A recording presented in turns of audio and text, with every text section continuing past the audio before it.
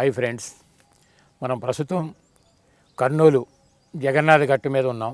Madam కోనేరు వరలక్ష్మి గారు అని అంటే ధ్యాన పరిచయం విజయవాడలో జరిగినప్పటికీ కూడా అంచెలంచెలుగా ధ్యానంలో నిష్ణాతురాలు అయిన తర్వాత ఆవిడ యాస్ట్రల్ మాస్టర్ తోటి పెంచుకున్నటువంటి పరిచయాలు కానీ, భౌతిక ప్రపంచంలో పితామహ పత్రిజీ ఆవిడికి తోడ్పాటుతో ఉండి ఎన్నో రకాలైనటువంటి అవగాహనలు, జ్ఞానపరమైనటువంటి అవగాహనలు ఆవిడ కల్పించినప్పటికీ కూడా ఈరోజు ఎంత స్థాయికి ఎదిగారనంటే మరి కోనేరు వరలక్ష్మి గారు అంటే తెలియని వారంటూ లేరని చెప్పి చెప్పుకోవచ్చు.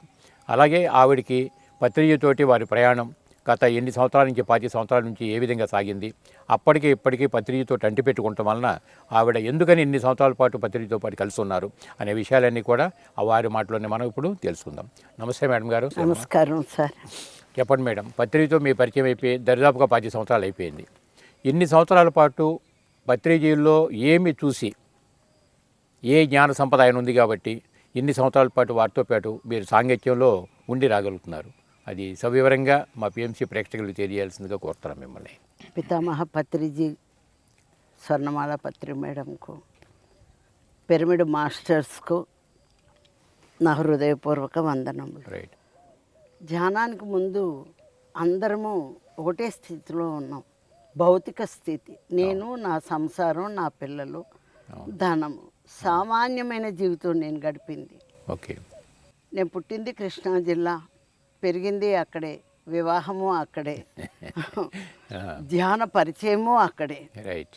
పత్రిజీ గారితో 98 మే 24న నేను ధ్యానంలోకి వచ్చాను. ఓకే. ఏముంది, ఇది ఏదో చూద్దామని వచ్చాను. ముఖర్జీ గారి ద్వారా రాఘవరావు గారి ఇంటికి నా ధ్యాన ప్రయాణం మొదలైంది. ఓకే. ఎంతో సహకారం చేశారు రాఘవరావు గారి దంపతులు. ఎంతోమందికి ఎంతో సహకారం చేసినా ప్రతి క్షణం నన్ను గమనించుకుంటూ చేశారు. అది అక్కడ. ఎందుకనంటే అప్పట్లో తడే మాస్టర్ ఏమో ఒక్కదాన్ని, ఇప్పుడు వేలాది మందో లక్షలాది మంది. ఆ రోజున ఒక్కదాన్ని. ప్రతి ఒక్కటి అద్భుతంగా ఉండేది, ప్రతి ఒక్కటి వింతగా ఉండేది.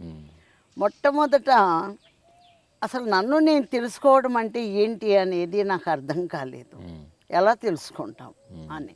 ఎంత మట్టికి మనకి ప్రబోధించింది ఏంటి అంటే నన్ను నేను తెలుసుకోవటం, నేను శరీరాన్ని కాను, నేను ఆత్మని అని. ఈ ఆత్మ ఎట్లా మనకు పరిచయం అవుతుంది అని దాని మీద ఉన్నాం. కానీ పత్రిజీ గారి సాంగత్యంలో నిన్ను నువ్వు తెలుసుకోవటం అంటే నీ లోపల ఉండే మైనస్ పాయింట్లు ఏంటి, ప్లస్ పాయింట్లు. అంటే మీరు ధ్యానం మొదలుపెట్టిన తర్వాత ఎన్ని నెలల తర్వాత పత్రిజీ కొత్త పాటు మీరు కలవటం జరిగిందమ్మా? ధ్యానం మొదలుపెట్టినాక వారం రోజులకే పత్రిజీ కలిశారు. ధ్యానం మొదలుపెట్టినప్పుడు అసలు ఆయన ఎవరో తెలియదు, ఫోటో కూడా తెలియదు, ఏమీ తెలియదు, పాంప్లెట్ కూడా లేదు. కానీ ధ్యానంలోనే నేను ఆయన చూశాను. ఆ అడవిలో జంతువులన్నిటినీ. ఈ రోజుకు మనం ఒక ట్రూత్ మాట్లాడుకోవాలంటే గొంగళ పురుగు వస్తుందంటే దూరంగా వెళ్ళిపోతాం. కానీ అదే గొంగళ పురుగు ఆయన మీదకెక్కిన ప్రశాంతంగా కూర్చున్నారు. ఇవన్నీ గమనించేదాన్ని. ధ్యానంలో అడవిలో ఉండే యానిమల్స్ మొత్తం కూడా ఆయన ఒళ్ళోకి వస్తుంటే ఏ రాముడో సాయిబాబా అంటే ఇష్టంగా ఉండేది. సాయిబాబా కనపడతారో రాముడు కనపడతారో అంటే ఈ జంతువులు ఏంటి, ఈ ముసలాయన ఎవరో అనుకున్నాను. తెలియదు అప్పటికాయన. అది తెలియడానికి టైం పట్టింది. జంతు సామ్రాజ్యాన్ని, వృక్ష సామ్రాజ్యాన్ని, భూమండలాన్ని రక్షించటానికి ఆయన వచ్చారు అన్నది. అప్పుడు అదే శాకాహారం. రైట్. దానికి నేను మాంసాహారిని. నేనేంటి అందరూ సామాన్యంగా 90% మొత్తం 99% మాంసాహారులే. అలాంటి మాంసం నుంచి మాంసం రుచి మరిగిన తర్వాత ఒక వెజిటేరియన్ కావటం అన్నంత గొప్ప విషయం చరిత్రలో లేదు. అది చాలా కష్టమైన విషయం. ఇంకేదన్నా మానుకుంటారు కానీ ఆ నాన్ వెజ్ తినడం కోసమే మనం బతుకున్నాము అన్నంత డీప్గా దాంట్లో ఉన్నవాళ్ళు సడన్గా ఈ ధ్యానంలోకి వచ్చి ఎంత మహాపాపం అన్నది తెలుసుకుని మానేయటం ఎవరి వల్ల కాలేదండి. అది ఒక్క పిరమిడ్ స్పిరిచువల్ సొసైటీ వల్ల, పత్రిజీ గారి వల్లే అయ్యింది అది. అలా మొట్టమొదటి దాన్ని నేను మాంసాహారంలో విపరీతమైన మాంసం తినేవాళ్ళం. అన్నీ మానేసాము. ఆయనని ముందు నాలో ఉండే మైనస్ పాయింట్ ఏంటంటే అసలు గమనింపు లేదు. అంటే మనం ఏం చేస్తున్నాం మనకే అసలు తెలియదు, తెలీదు. ఏదో వెళ్ళిపోతుంది జీవితం. గమనింపు అది అంటే ఎలా పడితే అలా బతికేస్తున్నాం కానీ జీవించట్లా. అదే సత్యం తెలుసుకుని జీవించడం వేరు, ఆ, ఎలా పడితే అలా బతకటం వేరు. ఆ బతికే జీవితం అనుకున్నాం. అవును. ఆయన వచ్చిన తర్వాత ఒక్కొక్కటి చంటి పిల్లకి ఎలా అయితే గోరుముద్దలు తినిపించి పెంచుతారో ఈ అజ్ఞానులందరినీ కూడా ఎంత భరించారనేది నేను ఆయన గమనించానండి. ఆయనలో ఉండే ఓర్పు, రైట్ మేడం. ఆ సరదాగా ఉంటూనే వాళ్ళతో కలిసి ఉంటూనే ఆ సత్యాన్ని కొండబద్దలు కొట్టినట్టు ఆయన చెప్పే విధానాన్ని అవును. అని ఆయన చెప్పారు కదా అని మేము చెప్తే మమ్మల్ని తిట్టారు కొంతమంది. ఇలాంటివన్నీ కూడా మేము గమనించుకునేవాళ్ళం. కొంతకాలం అసలు మీరు నాన్ వెజ్, చాలామంది నాన్ వెజ్ తిన్న గురించి చెప్పడానికి భయపడి ధ్యానం ఒకటి అని చెప్పారు. కానీ విజయవాడలో పత్రిజీ వచ్చిన తర్వాత ఆయన ఆ గమనింపు లేనితనం, ఎంత గమనింపు లేనితనం అంటే నేను ఆయనకు ఒక జత బట్టలు పెట్టాను, డ్రెస్ ఇచ్చా. ఆ డ్రెస్ ఆయన వేసుకుంటే కూడా ఆయన వేసుకున్నారని గమనింపు కూడా లేదు. అంటే పెట్టి ఇచ్చిన బట్టలు మనం ఎత్తినే కదా అనేది కూడా నాకు లేదు. నా మైండ్ అలా ఉండేది, నా మైండ్లో ఉండే చిప్ అలా ఉంది. ఏమీ తెలీదు. అది ఏమీ తెలియని వాళ్ళే అన్నీ తెలుసు అనుకుంటారనేది నాకు అర్థమైంది. అప్పుడు అర్థమైంది. అన్నీ తెలుసు అనుకుంటున్నాం, అదే మరి. కానీ నిజంగా లోతులకు వెళ్ళిన కొద్దీ, సముద్రపు లోతుల్లోకి వెళ్ళిన కొద్దీ విషయాలు ఎలా తెలుస్తాయో, ధ్యానం లోతులకు వెళ్ళిన కొద్దీ అసలు మనం ఏంటి, నేనేంటి, నా ప్రవర్తన ఏంటి, నా మాట ఏంటి, నా జీవితం ఏంటి, ఎలా జీవించాలన్నది అన్నీ ఆయన చేసి చూపించారు. ఒక కృష్ణుడు ఏంటి, ఆదిశంకరాచార్యుడు ఏంటి జీవించి చూపించారు వాళ్ళ విధానంలో. కానీ ఈ రోజున ఆ కృష్ణుడే ఇప్పుడు వచ్చి ఉంటే ఈ కలియుగంలో ఎవరు పట్టించుకోరు. ఆ రోజే అన్నదమ్ముని సఖ్యత చేయలేకపోయారు. సార్ చెప్పింది గమనించుకుంది నేను ఏంటంటే, ఎవరు ఎవరిని మార్చలేరు, ఎవరి అనుభవం ద్వారా వారు మారాలి. ఇదే ఆయన దగ్గర నేను తెలుసుకుంది. నా దగ్గర ఉండే మహాజ్ఞానం అంతా ఇచ్చాను, కానీ మీ ఎక్స్పీరియన్స్, మీ అనుభవాలు, మీ కింద పైన పట్టం, మీ దెబ్బలు మీరు తిని మీరు నేర్చుకోవాలే కానీ అది ఒకరు నేర్పించేది కాదు. ఇది ఆయన దగ్గర నుంచి నేను తెలుసుకుంది. మొట్టమొదట ఆయన తిరిగింది విజయవాడ, కానీ అటువైపు బస్సులు లేనండి. ఆ రోజుల్లో ఏమీ తెలీదు, లేవు, ఏమీ లేవు. తర్వాత రెంట్ కారు తీసుకుని తిప్పడము, తర్వాత రాఘవరావు గారు కారు కొనడము, ఆయన నెమ్మదిగా ఒక్కొక్కటి స్టార్ట్ అయింది. అప్పుడు ఆయన ఎంత ఓర్పు పట్టారు. ఎలాంటి మహానుభావుడు ఈ సామాన్యమైన జనంలోకి వచ్చి ఎలా ఓర్పు పట్టారు. కారులో జరుగుతున్నా, బస్సులో జరుగుతున్నది లేదు, అక్కడికి వెళ్ళానా లేదా, ఆయన అనుకున్నది జరిగిందా లేదా, జరిగి తీరాలి.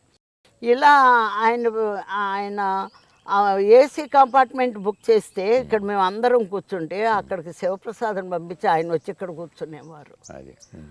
ఆయనకు కావాల్సిన ధ్యానం, ప్రజలు వారందరికీ ఆయన ధ్యానం చెప్పటం, ఆయన విసిరిన ప్రతి చలోక్తిలో ఒక అంతరార్థం ఉండేదండి.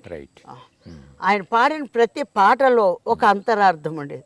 నిజం పడితే ఆయన నా పరిధిలో నేను గమనించుకున్నానే కానీ ఆయనలో ఉండే మహోన్నతాన్ని నేను గమనించుకోలేదు. ఆ మహోన్నతాన్ని గమనించుకోవాలంటే నాకు ఎన్నో అనుభవాలు వచ్చిన తర్వాత నేను నమ్మాను, గుర్తించగలిగాను. అప్పుడు కానీ తెలిసింది నాకు, హాస్టల్గా కానీ ఫిజికల్గా కానీ నాకు అర్థమైంది. ఇప్పుడు మన బాడీలో 7 శరీరాలు ఉన్నాయి అంటున్నాం, అలాగే ఎన్నో రకాలైన ఉగ్ర రూపాలు కూడా ఉన్నాయి, శాంత రూపాలు ఉన్నాయి, మరి అనేక రకాలైన పాజిటివ్ అన్నీ ఉన్నాయి. అవన్నీ అణగతొక్కబడి బయట ప్రపంచం వైపు చూస్తున్నాం. ఆ బయట ప్రపంచంలో మీరు ఎక్కడికి వెళ్ళండి, ఏ దేశం వెళ్ళండి, ఎక్కడికన్నా తిరగండి, ఇదే, ఇంకా వేరే ఏం దొరకదు మనకి. ఎక్కడో కొన్ని ఆశ్రమాలు ఉంటాయి, ఆశ్రమాలకు పనిగట్టుకుని వెళ్ళేది ఎవరు? నేనైతే వెళ్ళలేదు, ఎక్కడ మనకు తెలియదు. ఎవరో బాబాలు ఉన్నారంటే కొన్ని సనాతన ధర్మాలు, సనాతన పరమైనటువంటి ఆచార వ్యవహారాల్లో మునిగి ఉన్నాయి. అంతేగాని ఈ పంధాలో లేదు.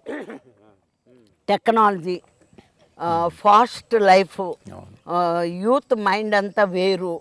ఇక ఇళ్లలో ఉన్నవాళ్ళు సంపాదన, ఇలాంటి పరిధిలో ఆ. ఆయన ప్రవేశించి అవును. ధ్యానం అనేది చెప్పడం గొప్ప సాహసం అండి. అంతేగా ఇంతకు మించిన సాహసం లేదు నా దృష్టిలో. ఆ. ధ్యానం చెప్పడం సాహసం ఏమవుతుంది? కళ్ళు మూసి కూర్చోవడం. ధ్యానం చెప్పడం అంటేనే ఆయన నో డాక్టర్ నో మెడిసిన్. మరి మనం నాన్ వెజ్ తినొద్దు, వెజిటేరియన్ తినమంటాం. మరి 18 ఫార్ములా ఉందిగా మేడం, అది 18 ఆధార సూత్రాలు ఉన్నాయి కదా. ఉన్నాయి. ఆ. ఇవన్నీ కూడా ఒక పూజలు లేవు, విగ్రహారాధన పనికిరాదు, కర్మకాండాలు చేయొద్దు. మరి ఇవన్నీ వ్యతిరేకతే కదా. అవును. ప్రపంచం ఉన్న కానీ ఆ వ్యతిరేకతలో ఉండే వాళ్ళ వ్యతిరేకతలో ఉన్న వారిని కూడా ఆహ్వానించి ఆయన ఇందులో చేర్చి శ్వాసమే ధ్యాస అన్నది కనుక్కుందే పత్రిజీ అండి.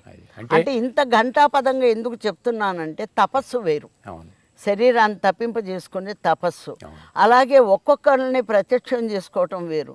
శరీరంలో రకరకాలైన సాధనలతోటి యోగేశ్వరులుగా మారాలని, భగవంతుడు ఎక్కడో ఉన్నాడని వాళ్ళని ప్రత్యక్షం చేసుకోవాలని హిమాలయాల నిండా తపస్సులు చేయటం వేరు. కానీ మన సంసారం, ఈ సంసారంలో ఉన్న వాళ్ళని ఆయన నిర్వాణానికి ప్రతి ఇంటికి వచ్చి అక్కడ ఆయనకు కావాల్సింది మాత్రం వండుకుని మిగతా అవన్నీ కూడా ఈ మంచి సుఖం ఉందా అనేది ఎక్కడా చూసుకోలేదండి ఆయన. అంటే ఆయన పనిలోనే ఆయన పనిలోనే ఉన్నారు. అలాగే మనలో ఉండే ఉగ్ర రూపమే కాళి, ప్రతి ఒక్కళ్ళలో ఆ కాళికా స్వరూపం ఉంటుంది. ఆ స్వరూపం, ఆ కాళికా స్వరూపం అనేది మధ్య మధ్యలో లెగవటం అనేది సంభవించేది. కాళిక స్వరూపం అని అంటే ఇప్పుడు సామాజిక భాషలో మాయ అని చెప్పొచ్చా మేడం దాన్ని? మాయ అనేది కాదండి, ఇంకా వేరుగా ఉందా? వేరే ఉంది. ఎందుకంటే అప్పుడు దాకా పార్వతీదేవి శాంత స్వభావరాల్లాగా అంత ఇదిగా ఉండి ఒక్కసారి ఆ ఉగ్ర రూపం ఏంటి అని అంటే ఆ ఒక్క పనికి ఆ ఉగ్ర రూపం అవసరం, పని కోసం. ఆ పనికి ఆ ఉగ్ర రూపం అవసరం. ఆ రూపంతో ఆవిడ వెళ్ళి యుద్ధం చేయలేరు. అది అలాగే మనకు కూడా మన యుద్ధం ఏంటి అని అంటే అనేకమైన నెగిటివిటీస్ ఉంటాయండి వెళ్ళిన ప్లేసెస్లో. కానీ ఈ భూమిని ఆక్రమించుకున్న బ్రిటిష్ వాళ్ళకి మళ్ళీ ఆక్రమించుకున్నటువంటి లిజ్జీస్ చీకట్లోకి వాసులు కానీ మనల్ని పడవేసేటువంటి ప్రయత్నాలు ఎన్నో జరుగుతాయి. అవి ఒక పిరమిడ్ మాస్టర్లు వెళ్ళి ధ్యానం చెప్పాలి అని అన్నా, ఒక యజ్ఞం చేయాలి అని అన్నా, వారెవరికి ఎలాంటి ఆపద రాకుండా ఉండాలంటే అదంతా శుభ్రం చేయాలి. గడ్డి గాదం ఎట్లా శుభ్రం చేసి స్టేజీ అన్నీ ఎలా కడుతున్నామో హాస్టల్గా నెగిటివిటీస్ని కూడా శుభ్రం చేయవలసిన వర్క్ ఉండేది. ఆ వర్క్ కూడా నా ద్వారా జరిగేది. దానికి ఆయన ముందు పంపించేవారు. మీ ద్వారా మీ పాత్ర ఈ విధంగా పోషింపబడటానికి దానికి కావాల్సిన గైడ్ లైన్స్ అన్ని పత్రిక దగ్గర నుంచి అందేవారు మీకు అప్పుడు? ఎప్పటికప్పుడు ఎక్కడికి వెళ్ళాలి, ఎలా క్లీన్ చేయాలి అన్ని కూడా పత్రిక గైడెన్స్ ఉండేది. ఓకే అమ్మా. మీరు అక్కడికి వైజాగ్ వెళ్ళండి, పైనాపిల్ తోట దగ్గర 2 రోజులు ధ్యానం చేసి రండి అలా చెప్పి అది వెళ్ళొచ్చిన తర్వాత ఎలా ఉండే అంటే ఒక గొప్పదనము, నాకు ఈ పని చేస్తున్నాను అనేది ప్రతి ఒక్కళ్ళలో ఉంటుందండి. అది పోయిందంటే మోక్షం. కొద్దిగా ఆ ఇది లేకపోతే అసలు పని చేయలేమేమో, ముందు చేయలేమేమో. నువ్వు పాదం పెట్టిన చోట ప్రక్షాళన అవుతుంది అన్నారు. ఓకే. మచిలీపట్నం 40 రోజులు ఇచ్చినప్పుడు మండలం మొత్తం తిరిగా, సముద్ర పొట్టు ఇవన్నీ వచ్చిన తర్వాత సంవత్సరం పడుకున్నా. కాళ్ళు ఇవి అన్నీ వాపు వచ్చేసి అప్పుడు అర్థమైంది నువ్వు పాదం పెట్టిన చోట ప్రక్షాళన అవుతుందన్నారు. కానీ ఆ నెగిటివ్ అంతా తీసుకుని, అంటే ఏ నెగిటివ్ తీసుకున్నా మన శరీరం మీదే పడుతుంది.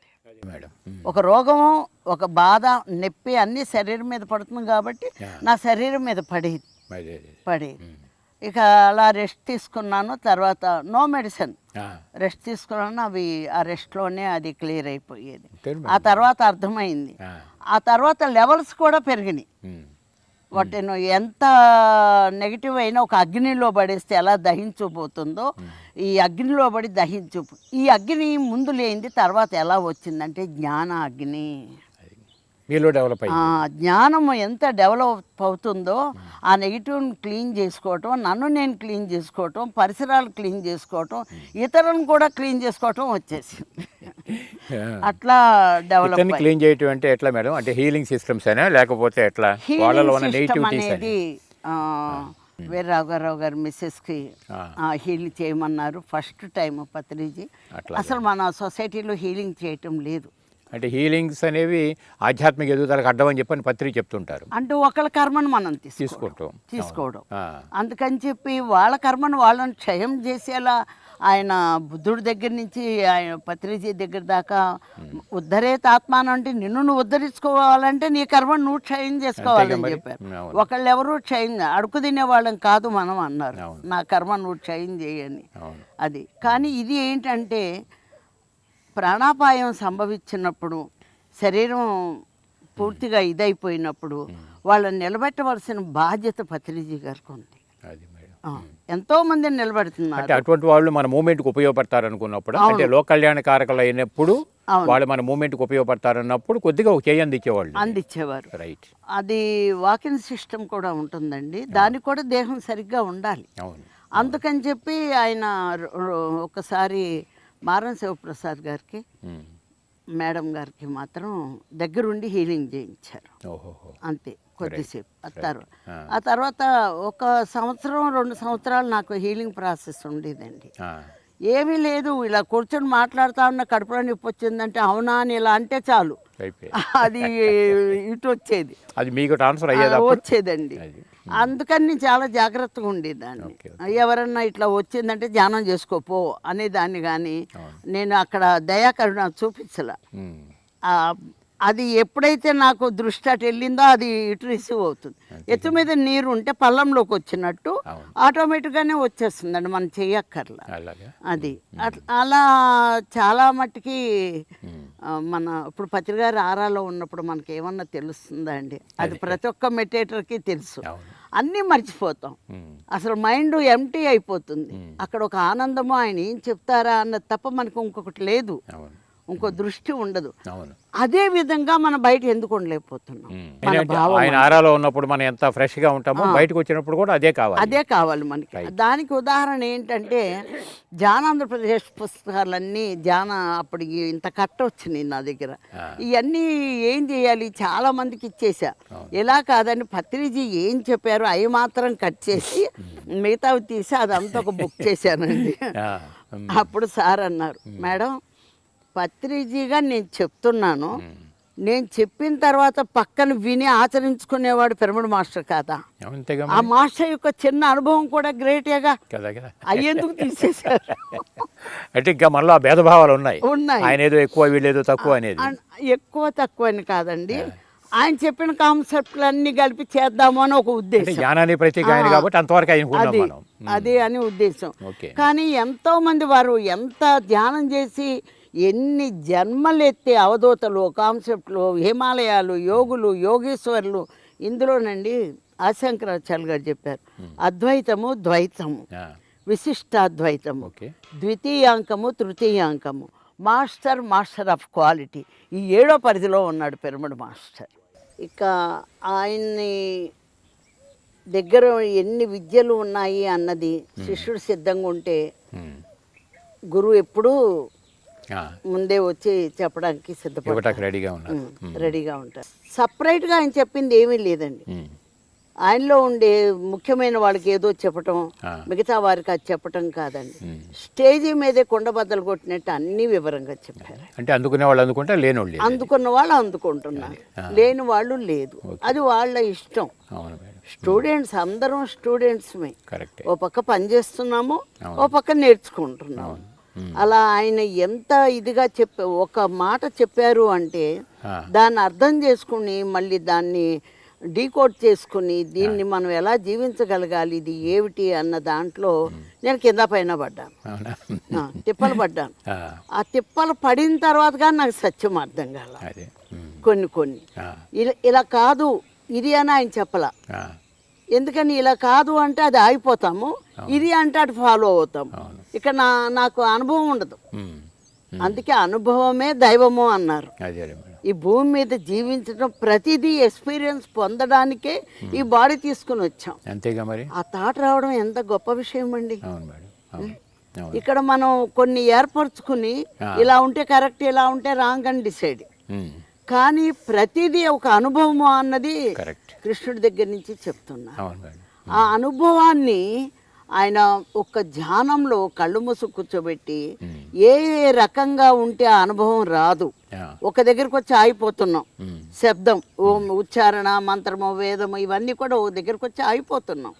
రూపం, నాకు ఈ దేవుడు అంటే ఇష్టమని ఆ రూపం దగ్గరకు వచ్చి ఆగిపోతున్నాం. ఎక్కడో చోట వెళుతున్నాం కానీ అక్కడ బ్రేక్ అయిపోతుందనే విషయం హిందూ సాంప్రదాయంలోనే తెలియలే. బ్రేక్ అయిపోతున్నాం. దైవం అక్కడ ఉన్నాడు, అక్కడ చేరుకున్నాం అనుకుంటున్నారు. కానీ నువ్వు అసలు శరీరంలోంచి బయటకు వచ్చి నాకు ఎక్కడ చేరుకున్నావో, నీ ప్రయాణం ఎక్కడ సాగుతుందో తెలియట్లేదు. ఎందుకంటే అది భౌతికంగా తెలిసేది కాదు. అలాంటివన్నీ భౌతికంగా అంటే ఇప్పుడు ఆధ్యాత్మిక చింతనలో గుళ్ళు, గోపురాలు, ఈ తీర్థయాత్రలన్నీ ఉన్నాయి మేడం. ఇవన్నీ భౌతికపరమైన ప్రయాణమే. అంటే భౌతిక ప్రయాణం తెలుస్తుంది కానీ బట్ అంతర్ ప్రయాణం తెలియట్లేదనే తెలియదు. అది కావాల్సిన అంతర్ ప్రయాణం కావాలి. భౌతిక ప్రయాణం వెళ్తున్నాం, ఒక భక్తి భావంలో ఉంటున్నాం. అది కూడా బాహ్యపరమైన భక్తి. బాహ్యపరమైన భక్తి. ఆయన అబ్బో కృష్ణుడు ఎంత గొప్పవాడు, వాళ్ళని నేను ఒక చాలా ఎందుకు పనికిరాని వాళ్ళం మనం మానవులం, వాళ్ళు మనం రక్షిస్తారు అనే విధానంలో మనం ఉన్నాం. నువ్వు ఎందుకో పనికిరాని వాడు కాదు, చైతన్యం నుంచి వచ్చిన ప్రతి ఆత్మ కూడా అద్భుతమైన విలువైంది. మీరందరూ కూడా భూమి మీదకి ఒక మనిషి పుట్టటమే మహా అద్భుతమైన కార్యక్రమం, సాహసం. ఈ భూమి విషయం తెలిసి ఎవడో పుట్టడు. అలాంటి పుట్టి కూడా ఈ దేహం ద్వారా ఇన్ని తెలుసుకోవాలి అన్నది ఈ ధ్యానం చేసిన తర్వాతే అర్థమైంది. అందుకే ధ్యానానికి అంత ప్రాముఖ్యత వచ్చింది. అది శ్వాస మీద ధ్యాస, అంటే నిరాకార స్వరూపం. ఆ నిరాకార స్వరూపం అంటే ఏమీ లేనిది ఏం తెలుసుకుంటాం? ఏమీ తెలుసుకోలేం. నిరాకారంగా ఉండాలి, మైండ్ ఎంటీ ఉండాలి అని చెప్పారే కానీ ఎలా ఉంటే ఉంటారు? ఎలా? అది నిరాకారం అంటే ఇక్కడ ఏమీ లేదు. ఇక్కడ మన శరీరంలో అన్ని ఆకారమే. అంతరేంద్రియాలు, బాహ్యేంద్రియాలు, బాధలు, మనస్సు, నొప్పి అన్నీ ఇక్కడ పదార్థంలోకే వస్తాయి. పదార్థంలోకి రానిది ఒక్క గాలి మాత్రమే. ఆ గాలిని పట్టుకున్నారు పత్రిజీ. జీవనాధారం కూడా అదే కదా. అదే కదా ప్రాణం. అంతే కదా, ప్రాణం ఉంది అంటే గాలి ఉంటేనే ప్రాణం ఉంది, జీవనాధారం. అలా శ్వాస మీద ధ్యాస అన్నది ఏ ఏ రకంగా ఆయన పరిశీలించారు అన్నది నేను హాస్టల్ వాళ్ళు చూశానండి. ఒక యుగం బట్టి. ఎందుకనంటే కొన్ని నియమాలు పాటిస్తే గానీ ఓ స్టెప్ ఎక్కలేం. సంసారంలో ఉంటూ నియమాలు ఎట్ట పాటిస్తారండి? అది సాధ్యమవుతుందా? సన్యాసులకు నియమాలు అవుతాయి కానీ సంసారంలో వండి పెట్టడానికి, పనులు పరిగెట్టడానికే సరిపోతుంది నియమ. అందుకని వాళ్ళు చేయలేనటువంటి పనిని ఇవ్వకూడదు, చెప్పకూడదు. వాళ్ళని వాళ్ళగానే ఉంచి, సంసారంలో వాళ్ళు ఉండే విధానంగానే ఉంచి, వాళ్ళ స్వేచ్ఛకు అడ్డుపడకుండా, ఎలాంటి నియమ నిబంధనలు లేకుండా శ్వాస మీద ధ్యాస ద్వారా మాత్రమే జీవన్ముక్తి పొందే మార్గం చూపించిన వాడు ఒక్క పత్రిజీ. ఇది నేను గెలాక్టిక్ ఫెడరేషన్ ఇవన్నీ నేను అంచెలంచెలుగా చూస్తూ ఇక్కడ ఆయన్ని గమనించుకుంటాం మొదలు పెట్టాను. అంటే అక్కడ మీరు ఏం చూసారు? ఇక్కడ వ్యవహారికంగా ఎలా ఉన్నారు, ఇక్కడ ఎలా ఉన్నారు, ఎలా చేశారు. ఎంత బాధ అన్నావనండి, ఎంత కోపం అన్నా రానివ్వండి, ఇటు కోపంగా ఉంటారు, ఇటు నవ్వుతారు. సెకండ్లో వెయ్యవంతులు. అంటే ఎంత తొందరగా ఆయన అవుతారు. మేము అది ఎన్నోసార్లు గమనించాం. నాకు కోపం వస్తే 6 నెలలు పోయేది కాదు, ఆయనకు సెకండ్లో పోయింది. అంత తొందరగా మార్పు వస్తుందా? గమనించుకుని ప్రతిదీ ఆయన విధానాన్ని గమనించుకుని ఒక్కొక్క దాంట్లో ఆ ఓర్పు బట్టి అర్థం అవడానికి నాకు లేటే అయ్యింది. నా విషయంలో నాకు లేట్ అయింది. అంటే లేట్ అయినా ప్రాపర్గా ఎదిగారు కదా మీరు? ఎదిగాను, కానీ ప్రతిదీ పక్కాగా ఎదిగాను. మళ్ళీ వెనక్కి తిరిగి చూడకుండా, ఒక రాంగ్ స్టెప్ పడకుండా పక్కాగా ఎదిగాను. ఆ ఎదుగుదలలో, ఆత్మ విద్యలో, మన లోపల ప్రయాణంలో ఎన్ని ఉన్నాయో చూసి ఆశ్చర్యపోయానండి. శ్రీకృష్ణుడు అన్నీ మనలోనే ఉన్నాయని విశ్వరూపం చూపించాడు. ఆ విశ్వరూపం ఏదో నేను నాలో చూసుకున్నాను. ఇంత ఉందా మనలో? బయట ఎక్కడ కనపడు? బయట ఉన్నాయి, గ్రహాలు ఉన్నాయి, ప్లానెట్స్ ఉన్నాయి, నక్షత్రాలు ఉన్నాయి, అన్నీ కనపడుతున్నాయి. కానీ మీకు దాని యొక్క ఫిజికల్ సైన్స్ అర్థమవుతుంది కానీ స్పిరిచువల్ సైన్స్ అర్థం కాదు. వాటి మూలం మనకు ఆధ్యాత్మికతలోనే అర్థమైంది. అన్నిటికంటే అసలు ఆయన ఈ భూమి మీదకి రావాల్సిన అవసరం లేదండి. ఆయన దీనికి కానీ అన్ని పరికించి చూసిన ఆయన కోటాను కోట్ల లోకవాసులందరూ భూమి మీదే ఉన్నారు, ఇరుక్కుపోయి ఉన్నారు. అనేక నక్షత్రాలు కూడా ఇక్కడికి దిగి మానవ రూపంలో ఉన్న వాళ్ళు ఉన్నారు. ఆత్మలు లేని రూపాలు ఉన్నారు, రకరకాల వాళ్ళు అందరూ భౌతిక శరీరంతో కనపడుతున్నాం.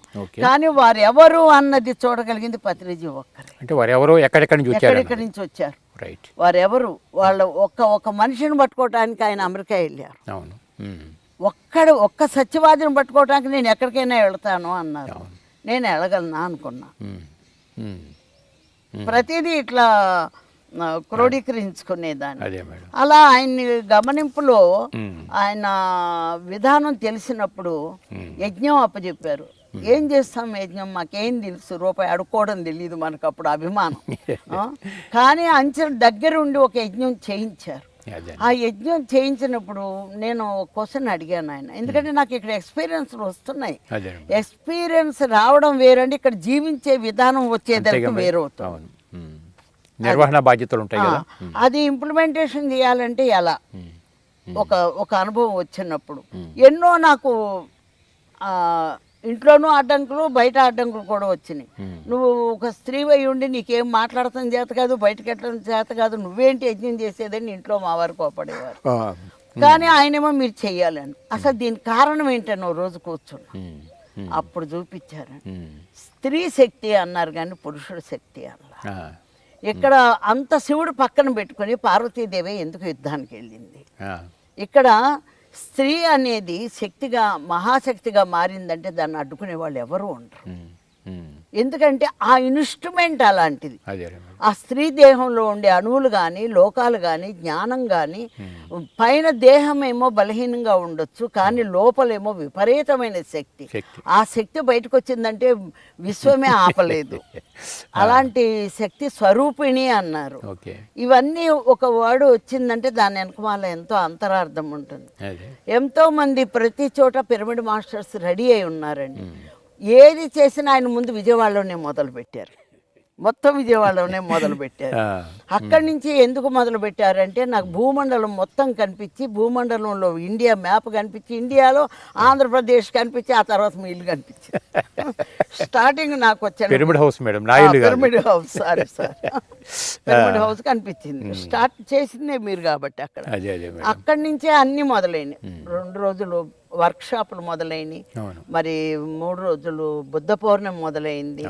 ఇట్లాగే 7 రోజులు ధ్యాన మహాయజ్ఞం 2002 కదా విజయవాడ ధ్యాన మహాయజ్ఞం. ఆయన బర్త్డే కూడా మేమే చేసాం ఫస్ట్.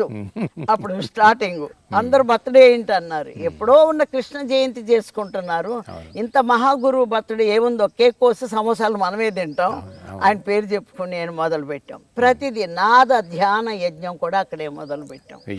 అక్కడి నుంచి బ్రహ్మాండంగా నాదం మొదలైంది. ఇలా ప్రతిదీ కూడా విజయవాడ నుంచి ఎందుకు మొదలు పెట్టారు, మన పేర్లు వద్దండి, ఎందుకనంటే ఆ ప్లేస్, ఆ కనకదుర్గ ప్లేసు ఇన్ని ఉంటే శ్రీకృష్ణుడు భగవద్గీతలో అర్జునుడి తక్షణ యోగి భవ అర్జున అని కనకదుర్గ గుడి దగ్గరికి వెళ్ళి ధ్యానం చెప్పాను. అంటే ఏంటి ఇవన్నీ పరిశీలించుకునేదాన్ని, ఏముంది ఈ ప్లేసులో, ఇది దేనికి అనుసంధానమై ఉంది. అట్లా ఆ ధ్యానంలో కనకదుర్గ స్థానం అనేది మహాశక్తి క్షేత్రం అని అర్థమైంది. అందుకని విజయవాడ నుంచి మొదలు పెట్టారు. అక్కడ ఎప్పుడైతే పిరమిడ్ మాస్టర్లు అందరు రెడీ అవుతున్నారో, నెగిటివ్ అడ్డాలు ఉంటాయి కదా అవన్నీ ఒక పాము రూపంలో వచ్చి ఆ చెట్టు నిండా మామిడి పళ్ళు కనపడుతున్నాయి. ఈ మామిడి పళ్ళు పిరమిడ్ మాస్టర్స్. ఈ చెట్టును పాము చుట్టేసి ఒక ఊపు ఊపుతుంటే అవి మొత్తం కిందకి రాలి పడిపోయే ఇదిలో ఉంది. ఎంత నీచంగా నికృష్టంగా ఉందంటే ఆ పాము, అసలు వాంతికి వచ్చింది దాన్ని చూసి. అది ఏమిటి అది అని అంటే దాన్ని ఎదుర్కొనే శక్తి ఉంది కాబట్టి ఆయన యజ్ఞం ఇచ్చారని అప్పుడు అర్థమైంది. ఫిజికల్గా వచ్చేదలకేమో అనేకం పడాల్సి వచ్చింది. అలాగే మాట్లాడే విధానం తీరు కూడా తెలియలేదు అప్పుడు నాకు, బిగినింగ్లో తెలియలేదు. ఎలా ఉండాలి, ఏం జరుగుతోంది, ఎంత మట్టుకు ఇది అవ్వాలి, అవతల ఒక్క వ్యక్తి యొక్క విశిష్టతను కూడా మనం గమనించుకోవాలి, ఇవి కూడా నాకు తెలియలేదు. అవి కూడా నాకు ఎన్నో నేర్పారు సార్. వాక్క్షేత్రం ముఖ్యం, మనకి జ్ఞానం ఉంది కదా అని గుమ్మరించటం కాదు, అవతల వాళ్ళు ఎంత అర్థం చేసుకుంటారో అంతే మనం చెప్పాలి అని. ఇవన్నీ నాకు వాళ్ళు నేర్పించినట్టు నేర్పించారండి పత్రి. దట్ ఈస్ పత్రి. ఇలా ఫిజికల్ ఫామ్లో హాస్టల్ ఫామ్లో కూడా నేను ఒక ఎక్స్పీరియన్స్లో నా మహా ఉగ్ర రూపంతో ఉండి నేను తలుచుకుంటే ఒక్క నిమిషంలో ఈ ప్రపంచాన్ని బూడి చేయగలను అన్నాను. ఆయన ఒక్క నవ్వు నవ్వి సెకండ్లో 1000 వంతులో నేను జీవం పోయగలను అన్నారు. చూడండి వ్యత్యాసం. బూడిదైతే చేయగలను కానీ జీవం పోయగలనా? చెప్పండి ఎవరమ్మా? నేనే. మీరన్నారా?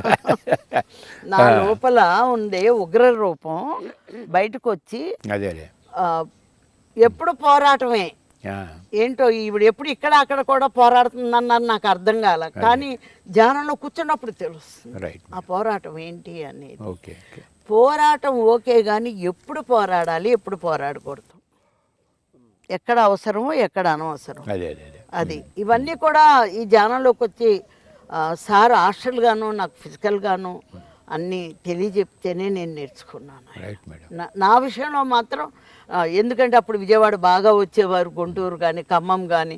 ఆయన విజయవాడ వచ్చారంటే ఆ చుట్టుపక్కల పరిధిలో మనం అందరం కలిపి వెళ్ళేవాళ్ళం, ఆయన గమనించుకునేవాళ్ళం. మరి అందరు గుడివాడ వీళ్ళందరూ కూడా వస్తే తెల్లవారులు నిద్రపోకుండా ఆయన ఎన్నో కాన్సెప్ట్లు, ఆయన నోటి నుంచి ఏ ముత్యం వస్తుందా అని ఎదురు చూసుకునేవాళ్ళం, రాసుకునేవాళ్ళం. ఒక విషయం చెప్పటం థియోరిటికల్గా దాని పుస్తకం మీద రాసుకోవటం వేరండి.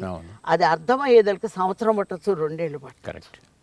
ఇలా నా జీవితంలో నాకు అలా ఆ లైన్లో నాకు అట్లా సాగింది. అందుకే నేను ముందు చెప్పారు కదా, శ్రవణం ముందు శ్రద్ధగా వినగలిగితే మననం, మళ్ళీ ఇంటికి వెళ్ళి వాళ్ళు ఏం చెప్పారు, నా బాధ్యత ఏంటి అనేది మళ్ళీ మననం చేసుకోవాలి. తర్వాత కానీ నిధి చేస్తాను అంటే ఆ జీవితంలో ఆచరించి చూడాలి కదా, ఆచరణ పనికి వస్తేనే అవగాహన అవుతుందని చెప్పని. జిహ్వా చాపల్యం, నాన్ వెజ్ మానేసాం కానీ మరి స్వీట్లు తింటాం, రసగుల్లాలు తింటాం, ఇష్టంగా ఉంది కదా అని వెజిటేబుల్ పులావులు తింటాం, అవి మానలేదు కదా. అవి ఆ ఆహారము అతిగా నాకు ఉందో మరి దాని వెనకమాల కారణం ఏంటో ఇంకా కొన్ని అయితే నేను పట్టించుకోలేదు. కానీ నాకు నియమాలు పెట్టారండి అప్పటి నుంచి. పెట్టారా? అంటే మరి మాంసాహారం అయితే వద్దని అన్నారు కానీ శాకాహారం ఎవరి ఇష్ట ప్రకారం వాళ్ళు తినొచ్చు అన్నారు. తినొచ్చు అన్నారు. నా విషయంకి వచ్చేదానికి నియమం పెట్టారు, అందులో కూడా శాకాహారంలో కూడా ఓకే నియమం పెట్టారు. పరిమితి ఆహారం, 6 నెలలు భోజనం చేయొద్దన్నారు, సంవత్సరం వద్దన్నారు. 99లో ట్రెక్కింగ్కి వెళ్ళినప్పుడు ఇంకేమన్నా ఉందా, చచ్చిపోతాం అనుకున్నా. ఇంటి పని చేసుకోవాలి, నేను ఎట్లా నిరాహారము అని. కానీ ఒక విశ్వాసం ఎంత బలంగా ఉందంటే పత్రికారు ఏదన్నా చెప్పారు అంటే అది మన మేలు కోసమే. కరెక్ట్. అప్పటికే నేను ఆలోచించుకుని ఉంటే ఉండగలుగుతాను, లేకపోతే లేదనుకున్నా. అంటే నిరాహారం అంటే భోజనం మాత్రమేనా? లేదండి, ఒట్టి వాటరే, పళ్ళు కూడా ఏమి లేదు. మళ్ళీ పళ్ళు తిన్న ఆహారమేగా. అంటే మరి పలహారం అనేది పలహారమే అవుతుంది. లిక్విడ్ అంటే ఓన్లీ వాటరే. అవునా? దాంట్లో ఒక నిమ్మకాయ పిండుకునేదాన్ని, బాటిల్స్ అప్పుడే విపరీతమైన క్లాసులు కూడా. కానీ 3 రోజులు నీరసం వచ్చింది. నీరసం వచ్చినప్పుడల్లా తాగాలి, ఇక ఆకలి వేసినప్పుడల్లా తాగాలి. 4వ రోజు నుంచి అద్భుతం, ఆకలే మాయమైంది. అప్పుడు అనుకున్నా మరి నేను తినకపోతే ఉండలేను అన్న నా భావనే నన్ను ఈ శరీరాన్ని నడిపిస్తోంది. మనస్సు భావన శరీరాన్ని నడిపిస్తుంది అన్న ఎక్స్పీరియన్స్ అప్పుడు అయ్యింది. నేను ఉండగలను అంతే, ఉన్నానండి. చాలా యాక్టివ్గా ఉన్నాను అప్పుడు. ఆహారం లేనప్పుడు ఉండే యాక్టివ్నెస్ ఆహారం ఉన్నప్పుడు లేదు అనేది నేను తెలుసుకున్నాను. బహుశా అందుకనే సాత్విక ఆహారం, మితాహారం అని చెప్తారు. ఆహారం మితంగా ఉన్నప్పుడు మనం కూడా యాక్టివ్గా ఉంటాం. మితి మీద ఆహారం తీసుకున్నప్పుడుగా మందమతనం వచ్చేది. అవును, అలా చూశారు. అది 2వ విషయం ఏం చెప్పారు అని అంటే, లివరు ఆహారానికి పనిచేయటం ఎప్పుడైతే మానేస్తుందో అంతరేంద్రియాలు బలీయమవుతాయి. ఇది కూడా ఒకటి చెప్పారు. అలా ఉన్నప్పుడు నేను బాగానే ఉన్నాను. ఒకరోజు బెండకాయ కూర వేయించుతుంటే ఎందుకో ఒక్క ముక్క నాలుక మీద వేసుకుందామని నాలుక మీద వేసుకున్నానండి. వెంటనే చెంప చెల్లు మంది. ఆయన కనపడరు అనుకుంటాం, చెంపెట్లా చెల్లు మంది. ఫిజికల్గానే నాకు ఎవరు లేరు పొయ్యి దగ్గర. బెండకాయ ముక్క నోట్లో వేసుకున్నాను, ఎట్టు కొట్టారు. ఒక్క క్షణం ఇటు అయిపోయాను. ఇటు అటు చూస్తే ఎవరు ఉంటారు, కిచెన్లో ఎవరు లేరు. కానీ వెళ్ళిపోయి వెంటనే అది ఊసేసి గొంతులో కూడా వెళ్ళాల, నాలుక మీద ఉన్నది ఊసేసి వెళ్ళి ధ్యానంలో కూర్చున్నాను. పొరపాటు అయిపోయింది. 6 నెలలు నియమం పెట్టినప్పుడు దీక్ష అనేది మనం అవిఘ్నం చేయకూడదు. అదే. ఎలా జరిగింది ఏంటి అని కూర్చున్నప్పుడు అంత జిహ్వ ఆపుకోలేవా? ఓహోహో. మనిషి పతనానికి కారణమే జిహ్వ. అదే. ఈ నాలుక రుచి కోసమే మనం నాలుక రుచి కోసం కొద్దిగా తినాలి కానీ అది. ఆ జిహ్వాను కూడా ఆపుకోవాలి. అదేనమ్మా. ఆపుకోవాలి అంటే నువ్వు ఎలా ఉండాలి అంటే తినాలనే కోరిక కూడా డిలేట్ అయిపోవాలి. ఉండాలి అంతే. ఇక అది ఆచరణ చేయకూడదు.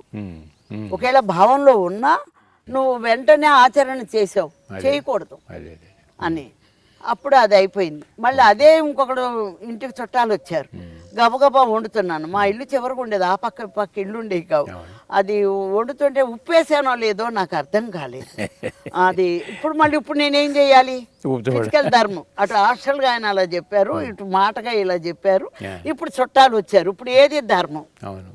ఏం చెయ్యాలి? కొట్టుకున్నాను, నాకేం అర్థం కాలేదు. ఎవరు లేరు, వాళ్ళు వచ్చేస్తున్నారు గబగబా. ఇట్లా అని నాలుగు అద్దుకున్నాను. వేస్తే ఉప్పు ఉంది. అమ్మ మళ్ళీ వేసానంటే కష్టం అయిపోయేది అనుకున్నాను. అయిపోయింది. నోట్లో నీళ్లు పోసి పొక్కులు ఇచ్చాను. మళ్ళీ జానంలో కూర్చుని, సార్ తప్పనిసరిగా అది నేను చూశాను, తప్పు అయిపోయింది అని అంటే, తప్పు కాదు మేడం, ఇది ధర్మం. ఈ క్షణానికి వాళ్ళకి ఉప్పేసి అతికి ఉప్పేసి పెడతావా? అతిథి దేవోభవ. ఏ అతిథైనా దైవంగా చూడగలిగినప్పుడే మోక్షం అంటే అన్నారు. అది ఎంత మటుకు చూడగలను అనేది కూడా నాకు అనేకమైన పరీక్షలు వచ్చింది. ఒక బిచ్చగాడు వస్తే ఎలా చూశాను, ఒక డబ్బు లేని వాళ్ళు వస్తే ఎలా చూశాను, ఒక తాగుబోతు వస్తే ఎలా చూశాను, ఇవన్నీ కూడా నాకు నేను కరెక్ట్గా ఉన్నాను, నాకు అన్ని తెలిసినాయి అనుకున్నప్పుడు పరీక్ష వచ్చేది. ఆ ఎగ్జామ్ అది కూడా ఆయన మారువేషంలో పెట్టేవారు. మారువేషంలో వచ్చి పెట్టారు. పెట్టినప్పుడు చాలా మందికి నేను నా ఇంట్లో చాలా ఉండేది, అందరికి బాగా పెట్టున్నాను, నేను వడ్డిస్తున్నాను అని అనుకున్నాను. కానీ దాంట్లో 100కు 100 మార్కులు రాలా. ఎందుకని? అవతల ఆకలి గమనించి పెట్టగలవు. నువ్వు ఎలా ఉన్నా, నువ్వు బాగున్నా బాగోపోయినా, నీ ఒళ్ళు నొప్పులుగా ఉన్నా, ఆ వచ్చిన వాళ్ళ యొక్క ఆకలి గమనించి పెట్టగలిగే స్థితి నాకు రాలా. అది అందుకని దాంట్లో పర్ఫెక్షన్ కోసం నాకు 2-3 పరీక్షలు పెట్టిన తర్వాత విశ్వామిత్రుడు క్యాసెట్ ఇచ్చి, అప్పుడు క్యాసెట్లే, ఆయన ఎన్ని సంవత్సరాల తపస్సుతోటి ఏదేది పోగొట్టుకున్నారో అన్ని తెలియజెప్పి, అప్పుడు నువ్వు ఎంత చేసినా కూడా ఒకరికి పెట్టే విధానంలో ఎలా పెట్టాలి, మళ్ళీ అతిగా పెట్టకూడదు. స్వార్థపూరితమైన వాళ్ళు వస్తారు, వాళ్ళ పొట్ట నింపుకోవటానికి ఇది ఒక వంకగా వస్తారు. అవి కూడా మీరు గమనించుకోవాలి. అలాంటి వాళ్ళని కూడా మేపారంటే అది కూడా కర్మ అవుతుందండి. అవునా మేడం? సంజయ్, మరి వచ్చిన వాడికి ఎవరికైనా తృప్తిగా భోజనం పెట్టమని చెప్పి అంటాం కదా, మరి వాడు తృప్తి అని అన్నప్పుడు మనం గమనించాలి కదా. గమనించాలి. అది ఇప్పుడు ఎగ్జాంపుల్, ఒక 2 వంటను మాస్టర్స్ ఉన్నారు. వాళ్ళు మీ రాఘవరావు గారి ఇంటికి వచ్చారు, చక్కగా పెసరట్టు అన్నీ ఆవిడ పెట్టారు. పద్మా మేడం ఎలా పెడతారో అని మా అందరికీ తెలుసు. శుభ్రంగా పెట్టి తిన్నాక మళ్ళీ తిరిగి మా ఇంటికి వచ్చారు. అప్పుడు నా పరిస్థితి ఎలా ఉందంటే, 90 ఏళ్ళ అమ్మమ్మ, మా ఇంట్లో కుక్క, ఈయన 7:30 కల్లా వెళ్ళిపోవాలి, నా సంకలో మనవడు, ఎలా ఉంటుందండి? ఆ టైంలో వచ్చి కూర్చున్నారు 7 టైంలో. నాకు ఊపిరాడదు అప్పుడు. వీడు కిందకి దిగడు, ఏడుస్తాడు, ఆయనకి టిఫిన్ చేయాలి, అప్పుడు వచ్చి కూర్చునేవాడు. ఆయనకు పెట్టి చేసి నేను ఆయన పంపించిన తర్వాత, ఏంటయ్యా పొద్దున్న వచ్చారు అని అంటే, అక్కడికి వెళ్ళాము, మాకు టిఫిన్ దొరకలేదు, అయిపోయింది, అందుకని ఇటు వెళుతూ ఇటు వచ్చాం మేడం. అప్పుడు మళ్ళీ ఇద్దరికి నేను టిఫిన్ చేసి పెట్టాను. ఏదో మాట మీద ఆవిడతోటి మాట అన్ఎక్స్పెక్టెడ్గా వచ్చింది. మేడం నేను శుభ్రంగా పెట్టి పంపాను, ఏమో పెసరట్టు లేకపోతే ఇడ్లీ పిండి ఉంటుంది, అది కాకపోతే దోశ పిండి ఉంటుంది, నా ఇంట్లో ఎప్పుడూ ఉంటుంది కదా, నేను ఆకలితో ఎలా పంపుతాను అన్నప్పుడు నాకేం చేయాలో అర్థం కాల. ఇది ఎంత మట్టుకి కరెక్ట్? వాళ్ళ అవకాశం కోసం ఇలా వచ్చిన వాళ్ళు పెట్టకపోతే అధర్మమేమో, ఇంటికి టిఫిన్ టైంకి వచ్చారు అధర్మమేమో అని డైరెక్ట్గా పత్రిక గారిని అడిగాం. సార్ ఇలా కొన్ని ఇబ్బందులు ఎదురవుతున్నాయి, దానివల్ల నేను ఇంట్లో ఈ స్థానం కూడా కోల్పోతానేమో, వద్దు అని కోపడతారేమో మగవాళ్ళు అన్న ఇదితోటి నేను ఆయన్ని అడిగాను. అడిగినప్పుడు చెప్పారు, వాళ్ళు ఒక పక్క ఆకలి తీర్చుకుని కూడా వాళ్ళ స్వార్థం కోసం వచ్చిన వాళ్ళని గమనించుకు మంచినీళ్ళు కూడా ఇవ్వద్దు అన్నారు. మరి ఇవన్నీ సూక్ష్మ ధర్మాలు. నేను ఎప్పుడు వినలేదు మేడం, నేను కూడా ఇంచుమించుగా వినలా. ఎందుకంటే అతిథి దేవోభావ అని అంటాం. వాడు తిన్నాడా లేదా మనకు అనవసరం, వచ్చాడు కాబట్టి ముద్ద పెట్టడం మన ధర్మం అవుతుంది. అదే తెలిసింది. తెలిసిందే నేను అడిగాను. అడిగినప్పుడు ఇది కలియుగం, స్వార్థపరులు ఎక్కువ ఉన్నారు. వాళ్ళ అవకాశం కోసం, వాళ్ళ బతుకు తెరువు కోసం వచ్చి మనం అవుననుకోండి, వేధిస్తారు. ఇప్పుడు మనం 100 వస్తే ఇంకో 100 ఇవ్వని చెప్పి అడగొచ్చు, ఎందుకంటే డబ్బులు జేబులోకి వెళ్తాయి, పొట్టలోకి వెళ్ళాలి కదా. అది కాబట్టి అవి గమనించుకోండి. అలాంటి వాళ్ళని మీరు లెక్క చేయాల్సిన అవసరం లేదు. స్వార్థపరులు లెక్క చేయవాలి. కొన్ని సున్నితమైన అంశాలు ఇవన్నీ కూడా కదా, చాలా సున్నితం అండి. అప్పుడే ఇక మేము గమనించుకున్నాం. అది అంటే గమనింపు, అక్కడ ఎక్స్పీరియన్స్ మాకు కొన్ని అర్థం కావు. అర్థం కానప్పుడు డైరెక్ట్గా ఆయన అడిగేవాళ్ళం. అప్పుడు ఆయన తప్ప ఇంకో దిక్కు లేదు మాకు. అది ఏదైనా ఫోన్ చేసి అడిగేవాళ్ళం. ఇలా ఉంది. ఒక మెసేజ్ వచ్చేదండి, ఢిల్లీ వెళ్ళాలి అని. ఇదేంటి ఇప్పుడు ఢిల్లీ వెళ్ళాలంటున్నారు మెసేజ్. అప్పుడు నేను మళ్ళీ ఆయనకు ఫోన్ చేసి కన్ఫర్మ్ చేసుకునేది. ఏమండే ఇప్పుడు అవసరం లేదు మేడం. మరి అప్పుడు మెసేజ్ కరెక్టే కదా. ఓ మెసేజ్ వచ్చినప్పుడు జ్ఞానంలో మీకు అనిపించదా ఢిల్లీ వెళ్ళాలని? నాకు ప్రతిదీ మెసేజ్ అండి. మెసేజ్ అప్పుడు ఫిజికల్ గా ఆయన టెలిపతి ద్వారా ఇస్తారు. పత్రిజీ తప్ప నాకు ఇంకే మాస్టర్ కాంటాక్ట్ లేదండి. ఫస్ట్ లో 6 నెలలు శివుడితో కాంటాక్ట్ ఉంది, ఒక 20 రోజులు వెంకటేశ్వర తోటి కాంటాక్ట్ ఉంది, ఒక సేత్ తోటి ఒక అరగంట కాంటాక్ట్ ఉంది. ఇంకా అంతేనండి. ఇంకా అంతకు మించి ఏ మాస్టర్స్ రెగ్యులర్ గా ఉన్నది మాత్రం ఫిజికల్ గా అయినా హాస్టల్ గా లేదలకి అక్కడ మైత్రేయ బుద్ధుడు అక్కడ. ఇక్కడ ఫిజికల్ గా మనకు పత్రిజీ కనపడతారు. ఆ మెసేజ్ ని నేను కొన్ని నాకు మిస్యూజ్ అయినాయి. మీకు ఇప్పుడు ఢిల్లీ వెళ్ళమని హాస్టల్గా వచ్చింది, ఫిజికల్ గా అడిగితేనే వద్దన్నారు. ఎందుకని చెప్పి నేను అడిగానండి. ఇప్పుడు మెసేజ్ ఒకటి వచ్చినప్పుడు నేను తీసుకుంటున్నాను, కన్ఫర్మ్ చేసుకుంటున్నాను. అవి ఒక మెసేజ్ గా ఇప్పుడు నాకు ఆత్మవిద్య అంతా టెలిపతి ద్వారా ప్రబోధిస్తారు. ఎలా ప్రబోధిస్తారు? ఒక చిన్న ఎగ్జాంపుల్, నా లోపల ఈ మార్పు ఎలా వచ్చింది, అంతకు మునుపు లేని మార్పు, ధ్యానం ద్వారా ఈ మార్పు నాకు ఎలా వచ్చింది, నేను ఏం చేస్తే వచ్చింది అంటే నమ్మగానే వచ్చేస్తుందా, వినగానే వచ్చేసిందా, ఎలా జరుగుతోంది అంటే అప్పుడు సైంటిఫిక్గా రాంపా గారు నా లోపల తీసుకెళ్ళి ఆయన న్యూట్రాను, ఎలక్ట్రాను, ప్రోటాను 3 చూపించారు. న్యూట్రాన్ అనేది అణువు, ప్రోటాన్ అనేది తత్వం. అది ఆ తత్వం ఎలాంటిది? రోగతత్వమో, లేకపోతే ఒక మైండ్ని చంపాలని కిల్లర్ మైండ్ తత్వమో, ఒక శాంత తత్వమో, అహంకార తత్వమో చెప్పలేము. అది అనేక రకాలైన తత్వాలతో ఉంటాయి ప్రోటాన్స్. ఈ రెండింటిని కలిపేది ఎలక్ట్రోవేవ్స్. వీటి ద్వారా ఒక పరమాణువు వస్తుంది. ఈ తత్వం ఏదైతే ఉందో అదే పుడుతోంది ఇక్కడ. అందుకని మనకు మార్పు రాలా ఇన్నాళ్ళు. ఎప్పుడైతే ధ్యానం చేశామో వేవ్స్ కంటే కూడా విశ్వశక్తి తరంగాలు చాలా హయ్యర్ పవర్. అవి రేడియేషన్ ప్లస్ జీవశక్తి కిరణాలు 2 కలిపితే విశ్వశక్తి. అవి వచ్చి అవి ఇప్పుడు బ్రహ్మరంధ్రం ద్వారా తీసుకోవటం వల్ల ఈ అణువులోకి వెళ్ళి ఈ ఎలక్ట్రోవేవ్స్ డామినేట్ చేసి ఈ తత్వం ఇప్పుడు విశ్వశక్తి తీసుకుంటున్నామో అంటున్నాం. విశ్వశక్తి అనేది ఒక కిరణం. పత్రిజీ ఆవిర్భావం అంటే ఆయన ఒక తరంగంగా వచ్చారు. ఆ తరంగం రూపం తీసుకుంటే కదా మనకు కనిపించింది. అలాగే విశ్వశక్తి కూడా రూపం తీసుకుంటుందండి. అదే విశ్వమాయ అంటారు.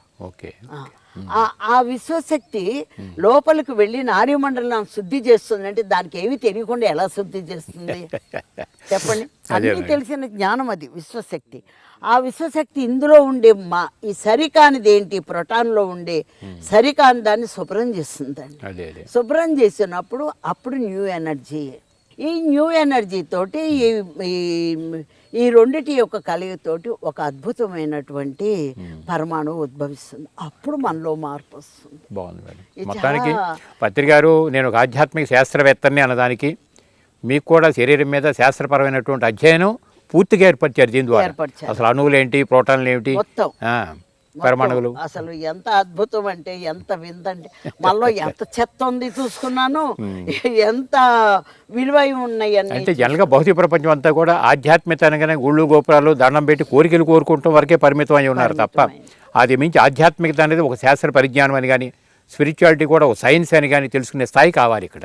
అంతేగా, అది ధ్యానం ద్వారానే సంభవిస్తుంది. ధ్యానం ద్వారా సంభవిస్తుంది. చాలా మందికి తెలుస్తుందండి. ఓకే అమ్మా, లోపల జరిగేది వాళ్ళకి ధ్యానంలో కానీ నిద్రలో, కానీ వాళ్ళు కళ్ళు తెరిచిన తర్వాత అది మర్చిపోతున్నారు, తెలియట్లేదు. అది దానికి కూడా ఒక కారణం ఉంది. ఫిజికల్ మైండ్ చుట్టూ కూడానండి ఎలక్ట్రోవేవ్స్, ఎలక్ట్రానిక్స్ వేవ్స్ ఉంటాయి. ఓకే. అలాగే సోల్ చుట్టూ కూడా ఆత్మమయ కోశంలో కూడా ఎలక్ట్రోవేవ్స్ ఉంటాయి. ఈ రెండిటికి కనెక్షన్ లేదు. ఎప్పుడైతే ఈ రెండిటికి కనెక్ట్ అయిందో అప్పుడు కదా ఈ ఫిజికల్ మైండ్కి అందేది. ఫిజికల్ మైండ్కి అందకబట్టే కదా నేను అన్నీ మళ్ళీ రాసుకోగలుగుతున్నాను. అది అందనంత మాత్రాన అక్కడ జరగటం లేదనేది కదా, అందినంత మాత్రం. అయితే ఇది ఏంటి అనేది శాస్త్ర పరిశోధన అనేది నాకు ఇంట్రెస్ట్, ఖగోళ శాస్త్రజ్ఞం. ఆ ఇంట్రెస్ట్ మూలన దాంట్లో ఎన్ని జన్మల నుంచి నేర్చుకుంటే అది ఈ జన్మకి నాకు పుణ్యమాని సార్థకతకి వచ్చిందనమాట. అది అట్లా అందరికి అన్నీ జరుగుతున్నాయని నాకు తెలిసినప్పుడు అందరినీ కూడా బ్రహ్మవేత్తలుగా చూడగలిగే జ్ఞానం వచ్చింది. అందరూ బ్రహ్మవేత్తలు, ఎందుకంటే జరుగుతున్నాయి. ధ్యానం చేసిన ప్రతి ఒక్కళ్ళు బ్రహ్మవేత్తలే, వాళ్ళు అద్భుతంగా జరుగుతున్నాయి. కానీ ఏం జరుగుతున్నాయో వాళ్ళకి తెలియట్లేదు, అంతే తేడా. ఏం జరుగుతున్నాయని మాత్రం నేను తెలియచెప్పాను. మీలో జరిగింది నాలో జరిగింది ఒకటే, అది నేను తెలియజెప్తున్నా. అందుకని నేను రాత్రులు నిద్రపోనండి. నీకు ఎప్పుడు నాకు ఏ విషయంలో కోపం రాదు. నేను మెడిటేషన్లో ఉండగా డిస్టర్బ్ చేస్తే కోపం, అది మీకు తెలుసు. గంటలు గంటలు కూర్చోవాల్సిన అవసరం అండి. హాస్టల్ బాడీ వెళ్ళటం, అవన్నీ తెలుసుకోవటం, చూడటం, మళ్ళీ అవి మెలకు వచ్చినాక అవన్నీ మళ్ళీ కంప్లీట్ నేను రాసుకోవడం. దాంతో నాకేమైపోయిందంటే భౌతిక ప్రపంచం మొత్తం కట్ అయిపోయి, ఇక భౌతిక ప్రపంచంతో కానీ సంఘంలో ఏం జరుగుతుంది అనేది కానీ ఇక నాకు అవసరం లేదు. ఓ బంధువులు ఇళ్ళకి వెళ్ళటం, పెళ్ళిళ్ళు ఇళ్ళకి వెళ్ళటం, చావుడికి వెళ్ళటం, ఏది లేదు. ఎందుకంటే దట్ ఈస్ కామన్ అని అయిపోయింది. ఆ పుట్టావు పోయావు, ఎవరైనా పుట్టామో ఎవరైనా వెళ్ళాలి. అవి కూడా నాకు నేర్పించారు ఆయన. నా బర్త్డే సార్ ఈ రోజు అని ఫోన్ చేశాను, ఆయన మీరు ఒక్కళ్ళే పుట్టారా అన్నారు. చూసారా, విషయం చెప్తారనుకుంటే మీరు ఒక్కళ్ళే పుట్టారా అన్నారు. వెంటనే ట్యూబ్లైట్ వెలిగింది. కాదు సార్, నాతో పాటు అందరూ పుట్టారు అలా అన్నారు. బాగుంది, ఎంత అంతరార్థాల్లోకి తీసుకెళ్తారు. అంటే నేను కాదు, నాతో పాటు అన్ని జన్మిచ్చినాయి. అక్కడ నా గొప్ప ఏముంది? నేనేంటి, నేను నేర్చుకుంటున్నాను, నేను చదువుకుంటున్నాను, అంతే. ఆత్మవిద్య నేర్చుకుంటున్నాను. నాతో పాటు అందరూ ఉన్నారు. ఒక చెట్టు పుట్టింది, పుట్ట పుట్టింది, మనిషి పుట్టారు, అన్నీ ఉన్నాయి. అసలు ఆ ఆనందము, ఆ జ్ఞానమే వేరండి. ఇంకా అది అనుభవించి తీరాలన్నమాట. అన్నీ వచ్చినాయి భూమి మీదకి. అసలు ఎంత కష్టపడితే ఈ భూమి తయారైంది. అలాంటి భూమే లేకపోతే వాళ్ళు మనం ఇక్కడ కూర్చోలేము. ముందు మనం నుంచునేటువంటి విధానం కావాలండి. ఆయన ముందు ఆయన ఏం చూశారంటే భూమాత అల్లకల్లోలం అయిపోయింది, రక్తంతో తడిసిపోయింది, అంతే కదండి. జంతువులన్నింటినీ చంపి మానవులు హత్యలు చేసేసుకుని స్వార్థం, ఎలాంటి ఎనర్జీతో భూమి నిండిపోయింది. అప్పుడు అలాంటి ఎనర్జీ, అలాంటి రోగాలు మన శరీరంలో ఉంటే మనం ఎంత బాధపడతాం. మరి ఇది ఎంత బాధపడుతుంది? ఒక్క నిమిషం ఆలోచించుకుందామండి. మనం భూమాత గురించి ఎవరమన్నా ఆలోచించామా? మరి పదార్థంతో నిండిన మన శరీరం అనారోగ్యం కలిగితే మనం ఎంత బాధపడుతున్నామో, భూమి అనేది కూడా దాని స్వస్వరూపం కదా. అది ఆరోగ్యం అనేది మనకెంతో భూమాత కూడా అంతే. భూమాత ఆత్మ అంతేగా మేడం. భూమి దాని ఆత్మ యొక్క శరీరం భూమి. కరెక్ట్, అది కరెక్ట్. ఈ శరీరం చూస్తున్నాం మనం, ఇది దాని శరీరం ఎలా ఉంది, ఎంత అల్లకల్లోలం అయిపోతుంది, లోపల భూమి లోపల ఎట్లా రగిలిపోతుంది. అది చూడగలిగిన వాడు పత్రిజీ ఒక్కరేనా. అంటే మేడం మనం ఒక విధంగా అర్థం చేసుకోవచ్చా, భూమి ఇంత పొల్యూట్ అయిపోవటానికి డబ్బు వ్యామోహంలో పడి పంటలు పండించేటటువంటి అంతా కూడా పూర్వం మనకి మామూలు ఒక పద్ధతి ప్రకారం చేసేవాడు, రైతు వారీగా వచ్చారు. ఇప్పుడంతా డబ్బు పెరగాలి, పంట పెరగాలి, రాబడి పెరగాలని అడ్డమైన మందులు భూమి మీద పెట్టేయటం, రసాయనాలన్నీ వేసేయటం, దానివల్లే భూమి ఇంత కలుషితమైందని చెప్పి అనుకోవచ్చా మనం? రసాయనాల ద్వారా భూమి కలుషితం అయింది అనేది కొన్ని లేయర్స్ దాకానే వెళ్తుంది. ఓకే, భూమి దగ్గర. కానీ భూమి మొత్తం కలుషితం అయింది అంటానికి ముందు మర్డర్స్. Okay okay okay. మనుషులు కానివ్వండి, జంతువులు మర్డర్ చేస్తున్నాం కదా. మర్డరే కదండి అది.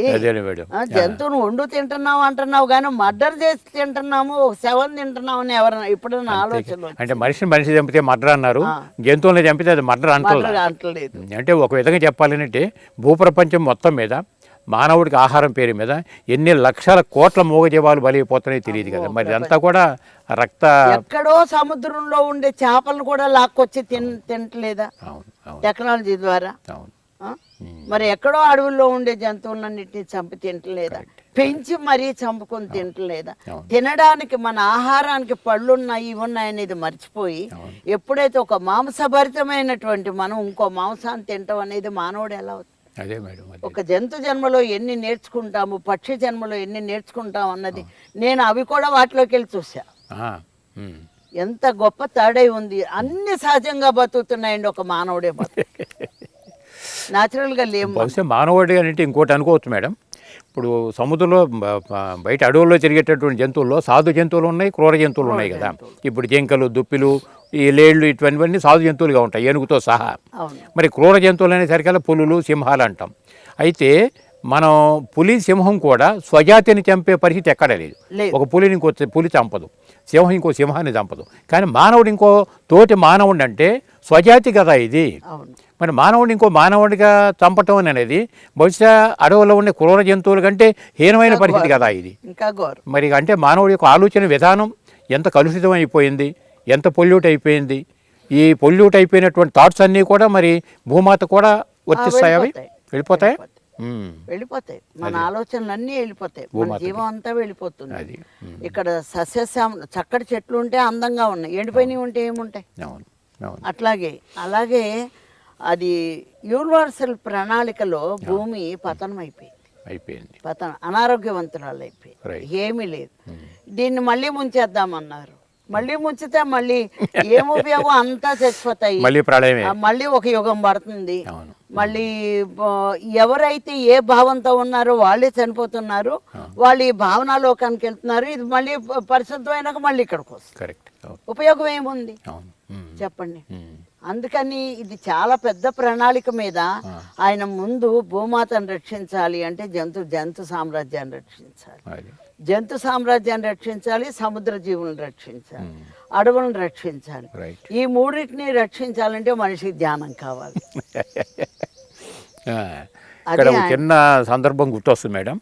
ఇప్పుడు జీసస్ ఉన్నప్పుడు కరుణా ప్రేమతత్వాలు నేర్పడానికి జీసస్ భూప్రపంచం మీదకి వచ్చాడు. అంటే అప్పటికున్న కాలమాన పరిస్థితుల్లో కరుణా ప్రేమ అంటే ఏమిటో తెలియజేయడం కోసం జీసస్ వచ్చారు. జీసస్ చెప్పినటువంటి మాటల్లో గొర్రె పిల్లని చంకలో పెట్టుకుంటాడు. అంటే నిన్ను నువ్వు ఏ విధంగా ప్రేమించుకుంటున్నావో నీ ఇరుగు పొరుగు వారిని కూడా ఆ విధంగా ప్రేమించడం నేర్చుకో అని చెప్పని అన్న మాటలు జీసస్ దగ్గర నుంచి మనకు తెలుస్తుంటాయి. అంటే ఇరుగు పొరుగు అంటే మనం ఏమనుకుంటామంటే నా పక్క పోర్షన్లో ఎవరున్నారు, ఈ పక్క పోర్షన్లో ఎవరున్నారు అని మానవ జాతి అంటే అంత పరిమితాల్లో మనం ఉండిపోయాం. సహజంగా జీసస్ చెప్పినటువంటిది నీ ఇరుగు పొరుగు అంటే నువ్వు అన్నప్పుడు మానవ జాతిని పెట్టుకుంటే, ఇరుగు పొరుగు ఉన్నప్పుడు ఒక పక్క జంతు జాతి, ఒక పక్కన వృక్ష జాతిగా మనం పెట్టుకోగలిగితే అప్పుడు ఇప్పుడు మీరు చెప్పినటువంటి దానికి లింకప్ అవుతుంది కదా. అంతే, ఇరుగు పొరుగు అంటే అలాగే అనుకున్నాం. అదేగా మేడం, ఇరుగు పొరుగు అంటే నీ పక్కన ఉండే చెట్లు గాని జీవి గాని ఏదైనా సరే, అంతే కదా, ఏదైనా నీ పొరుగే, అంతే కదా. కానీ అవి మర్చిపోయాం కదా, మనం కేవలం మన ఇరుగు వాళ్ళంటే మనుషులే అనుకున్నాం. ఒక విధంగా మానవ జాతి మనగలగాలని అంటే అటు జంతు జాతి, వృక్ష జాతి రెండు ఉంటాయి కదా. ఇవన్నీ పరస్పర అవగాహన. అది ఫిజికల్ సైన్స్ కూడా అదే చెప్తుంది కదా. పర్యావరణం లేకపోతే రక్షించకపోతే మానవుడికి ఆక్సిజన్ లేదని. కానీ ఏ గవర్నమెంట్ అయినా ఏదైనా మనకి రేపటి ఏం చూపించగలిగింది? ఎవరు, ఎందుకంటే అక్కడ కూడా స్వార్థమే. ఒక ప్లాస్టిక్ మానలేకపోయాం. ఇలా ఎగ్జాంపుల్ పోతే చాలా ఉంటాయండి. అవి భౌతికంగా ఒక గవర్నమెంట్ అనేది రావాలి అని అన్నప్పుడు ఇక్కడ ఒక యోగిగా ఎన్ని తిప్పలు పడుతున్నారో ఒక మోదీ గారిని చూస్తే తెలుస్తుంది. ఒక యోగిగా అంటే ముందు సీట్ నిలుపుకోవాలి.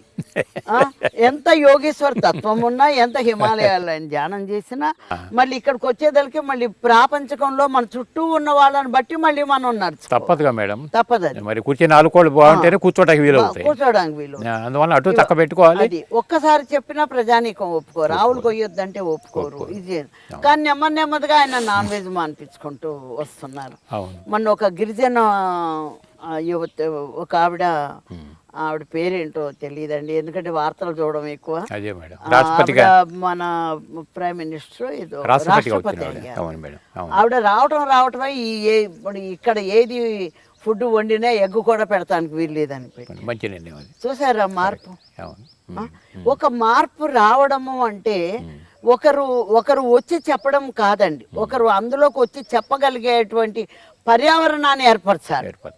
ఆ వైబ్రేషన్ ఇప్పుడు ఏమన్నారు, ఒక చోట ఎవరికి ధ్యానమే తెలియదు, వాళ్ళకి అక్కడ వడ్డించి మనం పెట్టి ఏదో ధ్యానం 2 ముక్కలు చెప్తాం.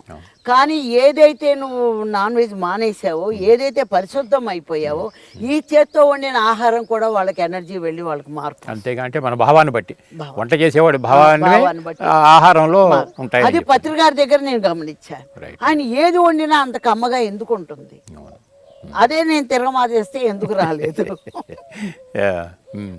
ఆయన చేతులన్నీ, మా చేతులు రక్తసిక్తమైనవి నాన్ వెజ్ తిని. ఆయన చేతులు ఏమీ లేదు, ఎనర్జీ తప్ప, వెజిటేరియన్. అట్లా 14 సంవత్సరాలు కఠోరమైన దీక్ష చేస్తే గానీ లోపల ఉండే అణువులతో సహా మనకి పరిశుద్ధం కాదు మాంసాహారం. అలాంటిది నేను చేసిన ఇంకా కఠోరమైన ధ్యానానికి 9 సంవత్సరాలకే పరిశుద్ధం అయిపోయింది. సంతోషం. ఇవన్నీ పత్రిక ఇచ్చిన ప్రోత్సాహం. అవునండి. అయితే ఈ ప్రోత్సాహంతో పాటు శుద్ధంగా అయినటువంటి పరిస్థితుల్లో ఎదగాలని మీ సంకల్పం కూడా యాడ్ అయింది అక్కడ. అది కాబట్టి ప్రపంచంలో ప్రతి వ్యక్తి ఎదగటానికి గురువులు మనకి ఎంత జ్ఞానబోధం మనకి ఇచ్చినప్పటికీ కూడా నేను ఎదగాలనేటటువంటి చక్కని సంకల్పం ముందు వీళ్ళు కావాలి, ఆ తత్వం కావాలి. రైట్. ఏ కష్టం వచ్చినా మనం నిలబడగలగాలి. అది ఆ కష్టం వచ్చినప్పుడు ఆగిపోవటం, మళ్ళీ ధ్యానంకు రావడం అలా కుదరదు. అంటే ఆటుపోట్లు తట్టుకుని ఉండాలి. ఆ స్థితి కూడా మనకు వస్తుంది, ఒక చిన్న ఆలోచనే అంతే. అన్నిటినీ మనం తట్టుకోగలుగుతాం. ఆ పరిస్థితికి ఆయన తెచ్చారు. ఇవాళ కాకపోతే రేపైనా వస్తారు. మెట్టెక్కిచ్చారుగా, ఇవాళ కాకపోతే రేపైనా ఎక్కుతారు. ఇవాళే అన్ని రావాలని కూడా లేదు. అలాగే మనం ఈయన ధ్యాన మహాయజ్ఞాలు పెట్టిన, సెంటర్స్ పెట్టించిన, ఎంతో మందికి ధ్యాన ప్రచారం శబ్దం ద్వారా, నడక ద్వారా, శాకాహార ర్యాలీలు అంటే ఎంతమంది పిరమిడ్ మాస్టర్స్ నడిచారండి. ఆ పాదాల నుంచి వాళ్ళకి ఎంత వైబ్రేషన్ అక్కడికి వెళ్ళింది, ఆ శబ్దం ద్వారా ఎంత వైబ్రేషన్ వెళ్ళింది. ఇలాంటి ప్రకంపనలు అంటారు, శబ్ద ప్రకంపనలు, పాద ప్రకంపనలు. ఆ వైబ్రేషన్ అంతా కూడా భూమి మీదకి వెళ్ళిపోతుందండి. అందుకే ముందు ఆయన ప్రతి చోట పిరమిడ్ మాస్టర్ రెడీ చేశారు. బహుశా శాకాహార ఉద్యమాలు పిరమిడ్ స్పిరిచువల్ సొసైటీస్ మూవ్మెంట్లో జరిగినంతగా ఏ ఆధ్యాత్మిక సంస్థలు కూడా అంత లేదేమో అనిపిస్తుంది, ఒక ఉద్యమ స్ఫూర్తితోటి. అవును, రైట్ మేడం. ఇప్పుడు జైన్ మతస్థులు ఉన్నారు, ఇంకొకళ్ళు ఉన్నారు వాళ్ళు తినరు. కానీ ఇంకా తినకూడదు అనేది చెప్పడంలో ఇంకా విజృంభణ రావాలి. అది ఏదో చెప్తున్నారు కానీ వాళ్ళు పరిమితం అవుతుంది. అలా ఆయన దగ్గర నేర్చుకున్నానండి. ఆత్మవిద్య నేర్చుకున్నాను. అసలు ఒక మనిషిని, నీ ఎదురుగుండా ఉన్న మనిషి యొక్క ఆకలి ఏంటనేది తెలుసుకోగలిగాను. మరి అలాగే ఆయన బిహేవింగ్, ఎవరి మీద ఆయన నాకు వీళ్ళంటేనే ఇష్టం, లేదంటే ఇదే నా పిల్లలంటే ఇష్టం, నా భార్య అంటేనే నాది అన్నది ఆయనకు లేదు అన్నది నేను గమనించి ఆశ్చర్యపోయేదాన్ని. ఆ నాది అనేది నాకు పోయిందా నేను చెక్ చేసుకున్నాను. ఆయన అందరినీ ఒకటే దృష్టి, ఎవరు చూసినా పత్రిజీ, ఎవరికి వాళ్ళకే పత్రిజీ. నాకు అదే గుర్తొస్తుంది మేడం. ఇప్పుడు భూప్రపంచం మొత్తం మీద నేను నాది 2 తీయగలిగితే ఉన్నదంతా నీ కోసం కాకపోతే ఇంకెవరి కోసం అనేది ఒక స్టేట్మెంట్ చెప్పారు పత్రిక గారు అప్పుడు. అంటే ముందు నేను అనేది తీసేయాలి, నేను లేనప్పుడు ఇంకా నాది అనేది లేదు. 2 లేనప్పుడు ఏ ప్రాపంచిక జీవిత అనుభవాలు పొందటం కోసం జీవుడు అంటే ఈ ఆత్మస్వరూపం భూమి మీదకి వచ్చిందో, ప్రపంచం అంతా నీదే కదా, భౌతిక ప్రపంచం అంతా ఇదే గోళం. అంతే. ఈ గోళం అంటే దీని మీద నువ్వు దేనికి వచ్చావు? నువ్వు ఆత్మస్వరూపుడు అయి ఉండి ఫిజికల్ బాడీని తీసుకుని పదార్థ ప్రపంచంలో స్పర్శ జ్ఞానం అంటే ఏంటో తెలుసుకోవటానికి వచ్చిన జీవుడు నువ్వు కదా, ఆత్మస్వరూపానివి. అటువంటిప్పుడు బట్ ఆ వాస్తవాన్ని మర్చిపోయి స్వాతంలో పడిపోయాడు. అందువల్ల నేను నాది తీయగలిగితే ఉన్నదంతా నీది కాదా అనేది చెప్పడానికి బహుశా పిఎస్ఎస్ మూమెంట్లో పత్రిజీ పెద్ద ఆదర్శవంతుడని చెప్పి అనుకోవచ్చు. ఎందుకంటే జేబులో ₹1 ఉండదు, బట్ ప్రపంచం అంతా తిరిగి రాగలుగుతున్నారు. ఏ ఇంటికి వెళ్ళి ఆయన ఇల్లు అయింది తప్ప నాది అనేది ప్రత్యేకంగా ఎక్కడ చూపించలేదు. బాగుంది మేడం, బాగుంది. నేను నాది అని పోవడానికి నాకు చాలా టైం పట్టింది, 25 సంవత్సరాలు.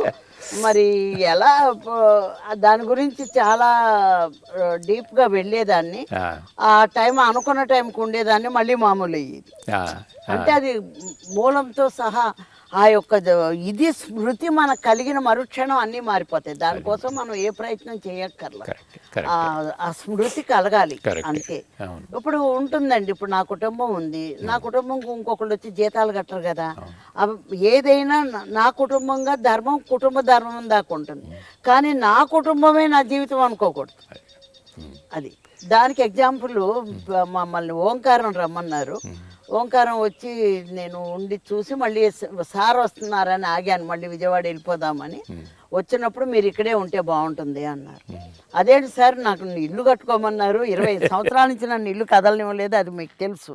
దాన్ని ఇటుక తీయొద్దన్నారు, ఇటుక పెట్టొద్దన్నారు. కారణం అర్థం కాలేదు. చాలా తిప్పలు పడ్డాను నేను దానివల్ల. అసలు అంత బాధపడలేదు. పిల్లలు ఎదగటానికి, అది డెవలప్మెంట్ చేయడానికి, దేనికి భౌతికంగా ఆలోచించినప్పుడు చాలా ఇబ్బందులు పడ్డాయి. కానీ ఆయన వచ్చి ఇక్కడికి ఇల్లు కట్టుకోమన్నారు, పైన పిరమిడ్ కట్టుకోమన్నారు. తీరా ఇక్కడికి వచ్చిన తర్వాత వద్దు, మీరు ఇక్కడ ఓంకారంలో ఉండండి అన్నారు. ఓంకారంలో ఉంటున్నాం ఏంటి సార్, మీరు ఇల్లు కట్టుకోమన్నారు. అది అప్పుడు చెప్పాను. చూడండి, కొన్ని మనం అది పరిశోధన చేసుకుంటానికి, అర్థం చేసుకోవడానికి టైం పడుతుంది. అంటే అది చెప్పినప్పటికీ అప్పటికి అది రైట్, అది అప్పటికి ఇప్పటికి అది రైట్. ఇప్పుడు ఇక్కడ ఉండమన్నాను అంటే అదేంటి సార్, మీరే కదా ఇల్లు కట్టుకోమన్నారు, పైన పిరమిడ్ కట్టమన్నారు అని అన్నా. అంటే మీరు ఇల్లు ఎందుకు, అక్కడ పిరమిడ్ ఎందుకు, అదేదో తెచ్చి ఇక్కడ పెట్టండి అన్నారు. అదేదో తెచ్చి ఇక్కడ పెడతానికి డబ్బులు ఎక్కడ ఇవ్వండి, ఇప్పుడు నేను ఇంటి పేపర్లు పెట్టి ఇల్లు డెవలప్ చేసుకోవాలి అని అన్నాను. నీ ఇంటి పేపర్లు కనుక బ్యాంకులో పెట్టావంటే నిన్ను తాకట్టు పెట్టుకున్నట్టే అన్నారు. దాని అంతరార్థం నాకు మళ్ళీ సంవత్సరానికి కానీ అర్థమైంది.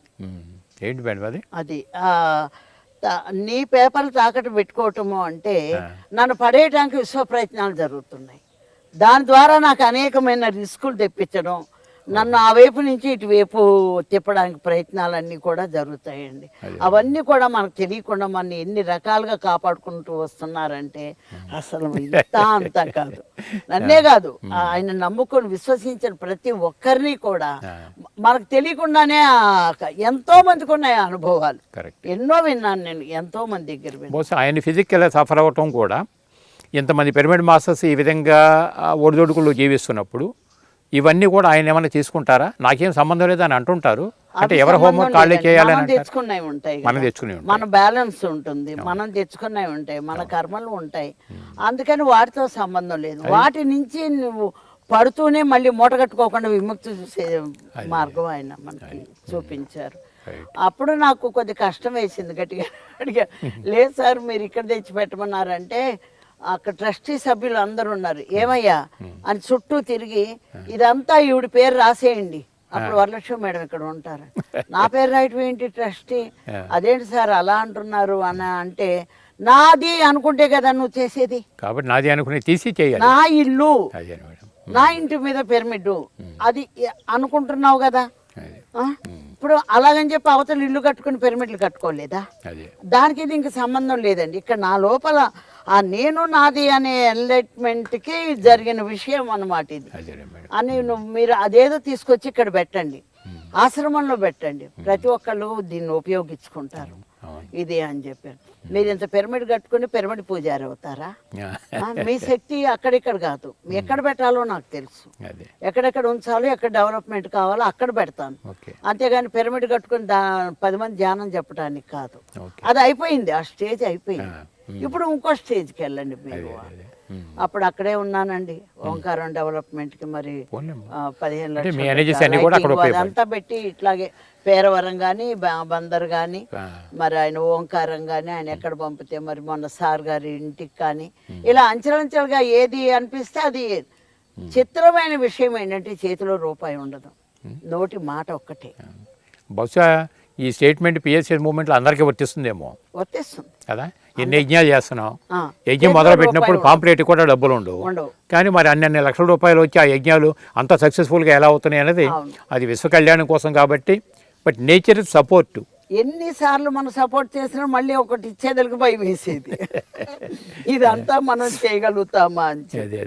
అప్పుడు ఆ నేను నాది పోవడానికి కారణం అక్కడ నాకు అర్థమైందండి. అది ఇంట్లో నేను నా పిల్లలు అన్న దగ్గర నుంచి నాది చివరికి ఆయన ఏమన్నారంటే 25 సంవత్సరాల నుంచి కట్టను నా ఇంటిని ఈ రోజున నా కొడుకు రాసి ఇచ్చేసి కట్టుబట్టలతో బయటకు వచ్చేయమన్నారు. ఇంట్లో అందరూ మా వాళ్ళంతా గొడవ పెట్టారు. కామన్ అది, ఒక పెద్దవాళ్ళు అయినాకైనా ఏదైనా నీది అంటూ నీకు కట్టు పెట్టుకోకుండా అంతా ఇస్తున్నావు, ఎవరి ఉద్దేశాలు ఎలా మారుతాయో మళ్ళీ అది కష్టంగా ఉంటుంది అని. అక్కర్లేదు, ఆయన ఒక మాట చెప్పారు అంటే వీటన్నిటి నుంచి నన్ను విముక్తి చేయడానికి ఇల్లు రాసేసి కట్టుబట్టలతో బయటకు వచ్చేసాను. ఏమీ లేవు ఇప్పుడు నా దగ్గర. అంటే బంధరాహిత్యం పూర్తిగా అంత మొత్తం ఆ వచ్చేసినప్పుడు నాకేమన్నా ఫీలింగ్ కలిగిందా అనుకున్నా. ఏ ఫీలింగ్ అంటే ఇన్సెక్యూరిటీ అనేది ఏమి లేదు. లేదు, ఇన్సెక్యూరిటీ లేదు, పిల్లల మీద బంధము లేదు, ఏది లేదు. బంధం వేరండి, ప్రేమ వేరు. ప్రేమ ఉంటుంది కానీ ఇక్కడ నా బంధం లేదు. బంధం లేదు, కరెక్ట్. అది బంధం లేదు. ఇక అది ఆ బంధరాహిత్య స్థితికి వచ్చేసాను. ఎప్పుడైతే ఆత్మస్వరూపులుగా అందరినీ చూడటం మొదలు పెట్టాను, భౌతికమైన నైతిక ప్రవర్తన ఎలా ఉన్నా ఆత్మస్వరూపులుగా మనం చూస్తాం పత్రి గారు నేర్పించారు. అది చూడగానే ప్రపంచం మొత్తం ఒకటే అని అప్పుడు అర్థమైంది. దాంట్లో నుంచి బయటపడ్డా. అంటే దేహపరమైన బంధుత్వాల నుంచి ఆత్మపరమైన బంధుత్వాల్లో పడిపోయాం. అదే చైతన్య విస్తరణ అని చెప్పి అనుకోవచ్చాం మేడం. అవునండి. మనవాళ్ళు వాడే పదాలన్నీ అవే కదా. చాలా మంది నన్ను చాలా క్వశ్చన్లు వేశారు. నేను పరిశోధించిన దాంట్లో మెయిన్ మనస్సు అండి. ఈ మనస్సు కంట్రోల్ అయిపోతే అన్నీ అయిపోతాయి. కోరికల మూలం మనసేగా మేడం. అసలు ఈ మనస్సు అనేది ఎందుకు చంచలం అవుతుంది, ఓకే, దేనికి ప్రలోభపడుతుంది, అసలు ఈ మనస్సు ఏంటి అని నేను దాని మీద రీసెర్చ్ చేశానండి 15 సంవత్సరాలు. అమోఘమైనటువంటి మనస్సు అంటే సామాన్యం కాదు, అది ఆత్మ కంటే పెద్దది అనేది అర్థమైపోయింది. అందుకనే ధ్యానంలో మనసు నిర్వీర్యం చేయమంటారు. అంటే కోరికల యొక్క ఉపసంహరణ. అది నిర్వీర్యం చేయటము అనే దానికంటే అది నిర్వీర్యం అవదండి. ఎందుకంటే అది మహాసముద్రం కాబట్టి తాత్కాలికంగా పక్కన పెట్టాలి. అది ఆ మహాసముద్రంలో ఇదేంటి అదేంటి అనేది అర్థమైంది. అది అర్థమైనప్పుడు ఆ మనసుకి అన్ని విషయంలో శాంతం వస్తుంది. కరెక్ట్. అది ఆ ధ్యానం ద్వారా విశ్వశక్తి దిగినప్పుడు అన్ని విధంలో వస్తుంది. దీని గురించే నేను చాలా క్లాసులు తీసుకున్నా. ఈ మనసు గురించి ఎలా దేనికి కనెక్ట్ అయింది. ఇప్పుడు చూడండి, ఎగ్జాంపుల్ మనకు బాగా కష్టపెట్టిందో ఏదో ఒక సంఘటన ఉంటుంది మన జీవితంలో. ఆ సంఘటన మళ్ళీ మనకి పదే పదే గుర్తుకొస్తుంది. అప్పుడు అడిగాను, ఇన్ని అద్భుతమైన విషయాలు ఉన్నాయి, చంటి బిడ్డలవి, భర్తతోటి మధురమైనవి ఎన్నో ఉంటాయి, అవన్నీ గుర్తుకురావు, ఇదెందుకు గుర్తుకొస్తుంది? అప్పుడు చెప్పాను, మనస్సు అనేది తనకి ఏదైతే అయిష్టమో ఏదైతే కష్టమో దాని చుట్టూ తిరుగుతుంది. ఒక నెగిటివ్ చుట్టూ తిరుగుతుంది, ఓ పాజిటివ్ చుట్టూ తిరగదు. ఎందుకంటే దాని నేచర్ అది. అది ఏంటి, అది ఎలా, ఆ విషయం ఇక్కడ నాకు ఇంత జ్ఞానం వచ్చింది, అది ఒకవేళ ఆ విషయం నాకు గుర్తుకొచ్చింది, కానీ దాన్ని మళ్ళీ నేను ఎందుకు రిపీట్ చేస్తున్నాను, దీనికి మూల కారణం ఏంటి అంటే అప్పుడు తెలిసింది. మనస్సు అనేది ఇక్కడ ఉంది, బ్రెయిన్ అనేది ఇక్కడ ఉంది. ఈ బ్రెయిన్ నుంచి ఈ మనస్సుకి ఒక లింక్ ఉందండి. ఏదైతే సరిగ్గా లేదో దాని చుట్టూ తిరుగుతుంది కదా, అది ఆ తిరుగుతూ ఉన్నప్పుడు దాన్ని స్విచ్ ఆన్ చేస్తుంది, అది మళ్ళీ వచ్చి ఇక్కడ మనకు ఆలోచన రూపంలో వస్తుంది. ఇది ఎలాగో అన్నప్పుడు తీవ్రమైన సాధనలో దాన్ని నేను ఆ విషయాన్ని నేను మర్చిపోవాలి అన్న నాకు అవసరం లేదు. మర్చిపోవటం కదా, అది నాకు అవసరం లేదు. నన్ను డిస్టర్బ్ చేసే ఆలోచన నాకు అవసరం లేదు. నోట్ దిస్ పాయింట్ అండి, ఇది పాయింట్. నన్ను ఏదైతే డిస్టర్బ్ చేస్తుందో అది నాకు అవసరము లేదు అన్న బలమైన సంకల్పంతో కూర్చున్నానండి. తెల్లటి పేగులాగా ఉంది ఇలా, దానికి దేనికి కనెక్షన్. వెంటనే అది బూడిదైపోయిందండి, కాలిపోయి. అప్పుడు అర్థమైంది జ్ఞానం అనే అగ్ని ఎన్ని దహింపజేస్తుంది. చూసారా, ఆ సరికాని ఆలోచన మీలో ఉందనుకోండి, మళ్ళీ అది గుర్తు రావటం, వాడు కోపం రావటం, దాని వెనక మన పగ రావటం, దాని వెనక మన ప్రతీకారం లింక్ అయిపోతాయి. చూసారా, అందుకని మూలాన్ని తుడి చేయాలి. అవసరం లేదు మనకు పనికి రానివి మనకు అవసరం లేదు, మనకు పనికి వచ్చేది మనకు అవసరం. ఒకరి జీవితంలోకి మనం ఇంటర్ఫియర్ అవ్వకూడదు. పత్రి గారు ఎవరి జీవితంలో కన్నా ఇంటర్ఫియర్ అయ్యారా? అవ్వలేదండి ఆయన. అందుకనే కదా ఇంకొకళ్ళ వ్యక్తిగతమైన జీవితాలకు ఎంటర్ అవ్వటం అనేది అగైన్స్ట్ స్పిరిచువాలిటీ అంటారు. Against spirituality. కరెక్ట్. మీ సోల్ ఏం తెచ్చుకుందో మీరు అది రన్ అవుతారు. దానికి మనం ఇంటర్ఫియర్ అయ్యి ఆపడం అంటే మిమ్మల్ని ఆపేయటమే కదా. ఇంకోళ్ళ జీవితంలోకి ఎంటర్ అవటం రాంగ్. మీ ఆత్మ ఎదుగుదలని ఆపేయడమే. ఎవరి స్వేచ్ఛ వాళ్ళకు ఉంది. అది దాని వెనుక మూల కారణం అండి. ఇవన్నీ నేను ఆయన దగ్గర నేర్చుకున్నాను. ఆయన దగ్గర భౌతికంగా హాస్టల్గా ఆయన ఏంటి అనేది చెప్పాలంటే చాలా మూలానికి వెళ్తే. ఈ లెక్కన పత్రిజతో నా ప్రయాణం అన్నప్పుడు భౌతిక పరంగాను అటు ఆత్మపరంగాను, అంటే ఇటు ఫిజికల్ గా అటు యాస్ట్రల్ గా కూడా మొత్తంగా బహుశా ఏ క్షణంలో కూడా మీరు ఆయన వీడలేరు. లేదండి, ఒక్క క్షణం కూడా. కళ్ళు తెరుచుకున్నా కళ్ళు మూసుకున్నా. ఇక నేను నదిలో ఉన్నప్పుడు నా ఒక గిన్నె నీళ్ళ గురించి ఆలోచించాను కదా, ఇది అంతే. అదే మేడం. ఇక 24 hours అదే ఉంటుంది. అదే. మళ్ళీ భౌతికమైన పనులన్నీ చేస్తాను, అదే. అన్ని వంటలు పిల్లలు అన్ని మామూలే చూసుకుంటాను. మేడం, కానీ ఏ ధ్యేయంతో నేను మొత్తం నేనే పత్రిజీని అన్న ఇదిలోకి నేను వెళ్ళిపోయాను. రాబడ్డారు. అదిగాక ఆయన సమయం సందర్భం టైం చూసుకునేవారు కాదండి. ఈ విషయంలో కూడా నాకు కొన్ని ఇబ్బందులు ఎదురైంది. పొయ్యి మీద పాలు పెట్టేదాన్ని, ఏదో పనిలో ఉండేదాన్ని, ఇక్కడ నాకు ట్రాన్స్ వచ్చేది. అప్పుడు కానీ నేను కూర్చోపోతే నేను ఆ విద్యను కోల్పోతాను. ఇక్కడేమో పని ఇబ్బంది అయిందండి. ఒకసారి మన విజయవాడ మాస్టర్ ఒక ఆయన, వాళ్ళకేంటి పని పాట లేదు, మనకు పని పాట ఉంది, మరి మనం రాత్రులు చెప్పమానండి, పగలు చెప్పొద్దానండి. నేను అలాగే అనుకున్నాను. సార్ అప్పుడు కోపడ్డారు. మేడం మీకే పని పాట ఉందా, మాకు పని పాట లేదా?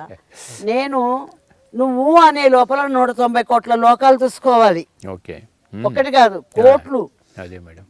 మీరు టైంలో ఉన్నారు, నేను టైంలో లేను. 190 కోట్ల లోకాలు నేను చూసుకోవాలి అని మీరు అనే లోపల నీ పాలు పొంగుతాయి, పెరుగు తోడేసుకోవాలనేది వాల్యూవా, లేకపోతే నేను చెప్పేది వాల్యూవా, నువ్వే డిసైడ్ అవ్వు. అంతేగా మరి. అలాగే ఇబ్బంది పడ్డాను. అటు ఇటు కూడా నేను చూసుకునేదాన్ని. అట్లా నైట్ అయితే ఇక ఫుల్ దాంట్లోనే ఉండేది. ఎవరైతే సంపూర్ణమైన ఆవగింజంత విశ్వాసం ఉంటేనే ఆవుల ఒడ్డుకు చేరుతానన్నాడు యేసుక్రీస్తు. ఆ విశ్వాసం ఏంటో, ఆ ఆవగింజ ఏంటో నాకు తెలియలేదు. కానీ వాడు పత్రిజీ మీద విశ్వాసంతో ఉంటే 7th dimensionకి వెళ్ళాల్సిన నంద 9th dimensionకి వెళ్ళాడు. నందప్రసాద్. ఆ విశ్వాసం అండి. ఆ విశ్వాసం అంటే ఏంటి? నమ్ముతున్నాము అండి. గుడ్డెద్దును చేలో పడ్డట్టు నమ్మలేదు కదా మనం. అన్ని అనుభవాలతోటి ఎక్స్పీరియన్స్ అయ్యి నమ్మాం. ఆయన ఏంటనేది తెలుసుకున్నాం. ఆయన ఈ భూమండలాన్ని, ఈ జనాన్ని మళ్ళీ పతనం అవ్వకుండా ఉద్ధరించడానికి వచ్చారని తెలుసుకున్నాం. 7 14 లోకాలు ఒక్క లోకం చేసి తక్కువ ఎక్కువ లేకుండా చేసిన మహాయుగ పురుషుడు ఎవరున్నారండి? అదో లోకాలన్నీ ఉండబట్టే పై లోకాలన్నీ అల్లకల్లోలంగా ఉన్నాయి. ఇది ఇప్పుడు అదో లోకాలనే లేకపోతే ఎందుకుంటాయి? వాళ్ళకు కూడా ఒక అవకాశం ఇచ్చి, పైకి తెప్పించి వాళ్ళకు కూడా అవకాశం ఇచ్చి వాళ్ళని కూడా మెట్టి మీద నుంచోబెట్టారు. అట్లా అలా మొత్తం ఒక లోకంగా చేయగలిగిన మహాయుగ పురుషుడు అండి ఆయన. అది ఇలాంటి ఆయన విషయంలో చెప్పాలంటే చాలా అయింది. అయితే అందరూ నన్ను అడిగిన ప్రశ్న, ఆయన దేహపరంగా ఎందుకు అలా అయిపోయారు, ఆయన రికవర్ అవ్వలేకపోయారు అని చెప్పి. ఆయన రికవర్ చేసుకోగలరు, కానీ అక్కడ అది కుదరని పని. కుదిరే పనులు, కుదరని పనులు రెండు ఉన్నాయండి. యూనివర్సల్లో ఎప్పటికప్పుడు మీటింగ్ ఉంటుంది. ఆయన ఇక్కడ కూర్చొని ధ్యానం చేస్తున్నారంటారు. ఆయనకి ధ్యానం ఎందుకండి? ధ్యానం చెప్పడం ఆయన మనమే ధ్యానం చెప్పడానికి వెళ్ళి మనం ధ్యానం చేయం, వాళ్ళని పరిశీలిస్తూ కూర్చొని చేస్తాం. ఆయన ఏంటంటే కళ్ళు మూసుకున్నారంటే పైకి వెళ్ళిపోతారు. పైకి వెళ్ళిపోయి ఆ మీటింగ్ అవి చూసుకుని మాట్లాడుకుని మళ్ళీ కిందకు వస్తూ ఉంటారు. ఓ సెకండ్కి వెళ్తారు, అరగంట అవ్వచ్చు, గంట అవ్వచ్చు, అది వేరే విషయం. అలా వెళ్ళినప్పుడు ఉండే మీటింగ్లో ఓసారి నేను చూశానండి. చూసినప్పుడు ఫైల్స్ పట్టుకుని వెళ్తున్నారు. ఈ ఫైల్స్ పట్టుకుని వెళ్తున్నారు ఏంటి, నా ఫైల్లో ఏముంది అంటే మధ్యలో ఆగి ఆ పేపర్లన్నీ తిరగేసి ఏంటో దిద్దుతున్నారండి. దిద్ది తీసుకెళ్ళి ఆ ఫైల్ ఇంటర్ గెలాక్టిక్ ఫెడరేషన్లో సబ్మిట్ చేశారు. ఏంటి సార్ అది అని అంటే, మేడం యూనివర్సల్ అంటే మీరు ఏంటో ఒక చాలా గ్రేట్గా ఒక ఒపీనియన్ పెట్టుకుంటారు, కానీ అక్కడ ఎలా ఉంటుంది తెలుసా, రైట్ రాంగ్ రెండే ఉంటాయి. ఇంకా మూడోది ఉండదు, జడ్జిమెంట్ ఉండదు, ఇంకా మూడోది ఉండదు. కానీ వాళ్ళు ఇక్కడికి వచ్చి భూమి మీదకి వచ్చి మానవ స్వరూపులుగా ఉండి కుటుంబాల్లో స్త్రీలు కానీ పురుషులు కానీ ఎంత కష్టపడుతున్నారు జీవనానికి అన్న విషయం వాళ్ళకి అర్థం. నువ్వేం పడతావో చావు, నువ్వు చేయాల్సింది ఇది ఇచ్చేస్తేనే రైట్, లేకపోతే ఏంటో. కానీ వీళ్ళని సంసారంలో ఉంటూ ధ్యానం చెబుతూ వాళ్ళు సంసారం చేసుకుంటూ ఎంతమంది ఉద్యోగాలు సెలవులు పెట్టి ధ్యానానికి తిరిగారండి, ఉద్యోగాలు వదిలేసి ధ్యానానికి తిరిగారండి, ఇంట్లో పన్నులు వదిలేసి పేరెంటాలు వదిలేసి ఆడవాళ్ళు ధ్యానానికి తిరిగారండి, నడవలేని వృద్ధులు ధ్యానానికి తిరిగారండి, సినిమాలకు వెళ్తూ ఎంజాయ్ చేయవలసిన యూత్ ధ్యానానికి తిరుగుతున్నారండి. ఇది వాళ్ళు ఆలోచించట్లేదు. అందుకని వీళ్ళ కష్టాల్లో ఎలా ఉన్నారు, ఆ కష్టాల్లో ఉన్నప్పుడు ఎన్నో ఒడిదుడుకుల్లో తప్పులు ఒప్పులు జరుగుతాయి. ఆ తప్పులు నేను సరిదిద్ది పైకి తీసుకెళ్ళాను అన్నప్పుడు నా కళ్ళ నీళ్ళు వచ్చాయి. అంతేగా మేడం, మనందరినీ చైతన్యవంతులు చేయటం ఆయన డ్యూటీ. అది సో వెరీ హ్యాపీ మేడం. మీ అనుభవాలు చెప్పాలంటే ఇక రోజుల్లో వెళ్ళిపోతుంటాయి. అవునండి. కానీ పత్రికతో నా ప్రయాణం అనే టైటిల్లో ఇటు ఫిజికల్గా కానీ అటు యాస్ట్రల్గా కానీ 24 గంటలు కూడా ఆయన లేనిదే మీరు లేరు అనేటటువంటి స్వచ్ఛమైనటువంటి సమాచారం మీ ద్వారా పిఎంసి ప్రేక్షకులందరికీ కూడా అందుతుంది. కాబట్టి ఒక ఆధ్యాత్మిక గురువుల ఎడల ఎంత భక్తి విశ్వాసాలతోటి మనం ఉండగలిగితే వినయం అనేది మనకు ఏర్పడుతుంది కదా. భక్తి విశ్వాసం ఉంటే తప్ప వినయం రాదు, వినయం ఉంటే కానీ విద్య అబ్బదు. అలా ఈ పిఎస్ఎస్ మూమెంట్లో మరి వేలాది మంది మాస్టర్స్ ఆ భక్తి విశ్వాసాలతో ఉండబట్టి, వినయంగా ఉండబట్టి, పత్రిక ఇచ్చినటువంటి జ్ఞానాన్ని అంతా కూడా చక్కగా వాళ్ళు స్వీకరించి ఈరోజు మరి ప్రత్యక్షంగా పత్రిజీ భూమి మీదకి వచ్చి ఆయన పాత్ర ఆయన పోషించినప్పటికీ పరోక్షంగా అందుకోగలిగిన వాళ్ళందరికీ కూడా అందించేసి ఇంకా నా డ్యూటీ అయిపోయిందబ్బా ఇక మీ పనులు మీరు చేయండి అనేటటువంటి అవగాహన కల్పించి ఇక ఆయన శరీర విరమణ చేసిన ఆ డ్యూటీ మిగతాది పరోక్షంగా ఎన్ని వేల మంది పిరమిడ్ మాస్టర్లు కూడా వాళ్ళ పాత్రలు పోషిస్తున్నారంటే వెనకాల ఉన్నదంతా కూడా పత్రిక యొక్క ఎనర్జీ, ఆయన యొక్క కాన్షియస్నెస్ ఉండి మనలందరూ నడిపిస్తుందేమో అన్నంత నడిపిస్తుందేమో కాదు నడిపిస్తుంది. So very happy madam, very happy. పత్రికతో నా ప్రయాణం టైటిల్కి మీ పాత్ర కరెక్ట్గా సూట్ అవుతూ వచ్చింది ఇప్పటివరకు కూడా. ఫైనల్గా పిఎంసి ప్రేక్షకులకి మీరు ఇచ్చేటటువంటి ఒక సూచన ఇప్పుడున్న కాలమాన పరిస్థితుల్లో. ఆయన లేరు అన్న కోసం చాలా మందిలో ఉందండి. Okay madam. కానీ ఆయన మీలోనే ఉన్నారని చూసుకోండి. Right right. అది శరీరాన్ని చూడొద్దు మనం, ఆయన మనలోనే ఉన్నారు. ఆయన ఉన్నప్పుడు నాకు ఎలా సందేశాలు వచ్చాయి, ఇప్పుడు ఆయన లేనప్పుడు కూడా ఇంకెక్కువ వస్తున్నాయి. అంతేగా పరిస్థితి. అవేర్నెస్ ఇది అలాగే మీ అందరికి కూడా దారులు ఏర్పరుస్తున్నారు. ఆయన బాడీ వేకెట్ చేశారని ఏం ఆగినాయండి? ఎంతో మంది అన్నారు ఆయన తర్వాత ఎవరు అని. ఆయన తర్వాత పిరమిడ్ స్పిరిచువల్ సొసైటీ, అందుకే ఒక్క వ్యక్తి కాదు. ఆయన చెప్పారుగా మేడం, మన ఫైట్ మాస్టర్స్ అడిగారు ఆయన్ని, సార్ మీరు ఇంత పెద్ద ఉద్యమం చేశారు కదా, ఇన్ని లక్షల మందిని మోటివేట్ చేశారు, మరి మీ తర్వాత ఏ ఒక్కరినన్నా పెట్టారంటే ఏ ఒక్కరిని పెట్టలేదే అన్నారు. వెంటనే అంటారనమాట 1,00,000 మందిని పెట్టానే అన్నారు. కాబట్టి 1,00,000 మంది ఉండబట్టే ఇవాళ ఫిజికల్గా పత్రిక ఉన్నా లేకపోయినా బట్టి ఇంతమంది బాధ్యతగా అటు శాఖాహార ర్యాలీలు ఉద్యమ స్ఫూర్తులు నడుస్తున్నాయి, ధ్యాన ప్రచారం ఉద్భుతంగా అవుతుంది. బహుశా కరోనా పేరు మీద ఎవరికి వాళ్ళు ఆగిపోయి కూర్చున్నా జూమ్ క్లాసులు అనేటటువంటి పేరు మీద పిఎస్ఎస్ మూవ్మెంట్లో నడిచినటువంటి క్లాసులు ఎక్కడా లేవేవో అనిపిస్తాయి. ప్రపంచమంతా ఒక తాటి మీదకి వచ్చేసింది. అట్లా పిరమిడ్ కట్టేవాళ్ళు కట్టేస్తున్నారు. ఒకప్పుడు పత్రికని అడిగి కట్టాలనేవాళ్ళు, ఇవాళ ఏం లేదు మీద ర్యాలీ చేసేవాళ్ళు ర్యాలీ చేస్తున్నారు. మరి ర్యాలీ ధ్యానం క్లాసులు అవుతున్నాయి, పిరమిడ్ కట్టేవాళ్ళు పిరమిడ్ కడుతున్నారు. అంటే పరోక్షంగా మొత్తంగా వెళ్ళిపోయింది అది. కాబట్టి ఓవరాల్ మూవ్మెంటు ఇంకా దాని యొక్క విశ్వరూపంలో అది ప్రయాణం చేస్తూనే ఉంది. కాబట్టి పత్రిక అనుకున్న ధ్యాన జగత్తు, శాఖాహార జగత్తు, పిరమిడ్ జగత్తు లక్ష్య సాధనలో ఎవరికి పొందాలోచన అక్కర్లా, యథావిధిగా జరిగిపోతాయి అన్నదానికి అందరూ అద్భుతంగా జరుపుకుంటున్నారు. అది చాలా ఉదాహరణ. Right madam. అలాగే జగన్నాథ్ గట్టు మీద నన్ను ఆయన పిరమిడ్ వ్యాలీలో ఉండి బెంగళూరుకి పిలిపించి మీరు జగన్నాథ్ గట్టుకు వెళ్ళాలి అన్నప్పుడు నాకు అర్థం కాలేదు, ఇక్కడ ఏమీ లేదు ఉండటానికి. ఏమీ లేదు సార్ అక్కడ ఉండటానికి అంటే, నా రూమే మీ ఇల్లు అన్నారు. ఇంటిని తీసుకొచ్చి రూమ్లో పెట్టారు. ఈ రూమ్లో ఉండటం వల్ల మిగతా వాళ్ళు రావడానికి ఇబ్బందికరంగా ఉంది అనే ఒక వాస్తవం నాకు తెలుసు. ఎందుకంటే నాకు నియమాలు ఉన్నాయి, మీకు తెలుసు. ఏది తినాలి, ఏది తినకూడదు, ఎప్పుడు మౌనంగా ఉండాలి, ఎప్పుడు బయటికి రాకూడదు, ఎవరు ముట్టుకోకూడదు, ఇవన్నీ నియమాలు ఉన్నాయి. ఈ నియమానుసారంగా నేను ఉన్నప్పుడు బయటికి వెళ్ళినప్పుడు ఎలా జరుగుతుంది సార్ అంటే, దీక్ష మధ్యలో మానేస్తావా, అర్థం కాని వాళ్ళే అనేకం అంటారు, నీ పని నువ్వు చూసుకో అన్నారు. జగన్నాథ్ గట్టుకు వచ్చాము, అందరూ ఇక్కడ బాగానే ఉన్నారు. అయితే గట్టు ఎక్కడం శ్రమ అనుకుంటున్నారో మరి, ఇక్కడ జరిగిన ఎంతకు మునుపు నుంచి పాల్ సార్, ఆంజనేయ శర్మ గారు ఇంకెంతో మంది కష్టపడితేనే ఈ గట్టు అయింది. ఇప్పుడు ఇది రిజిస్ట్రేషన్ అవ్వాలి సార్ చెప్పారు. ఆయన ఇక్కడ ఉండమని చెప్పిన దాంట్లో ఇంకో అంతరార్థం సాధించి తీరాలి మేడం అన్నారు. అప్పుడు నాకు కొద్దిగా భయం వేసింది. ఇంత మటుకు ఆయన ఎప్పుడు అనలా, నేను అన్ని సాధించుకుంటానే వచ్చాను పేరవరం దగ్గర నుంచి. నా పని హాస్టల్ వర్క్ అక్కడ. కానీ ఇప్పుడు ఏంటి సాధించాలి అన్నారంటే ఏంటంటే, ఇక్కడికి వచ్చినాక నాకు అర్థమైంది. ఎందుకంటే సహాయ సహకారాలు గట్టుకు చాలా అవసరం అండి. కింద బుద్ధా పిరమిడ్ ఉంది, మొట్టమొదటి పిరమిడ్. కర్నూలు నా మాతృ వ్యవస్థ అన్నారు. ఆత్మ నా గట్టు, జగన్నాథ్ గట్టు నా ఆత్మ అన్నారు. మాతృస్థానం కూడా కదా.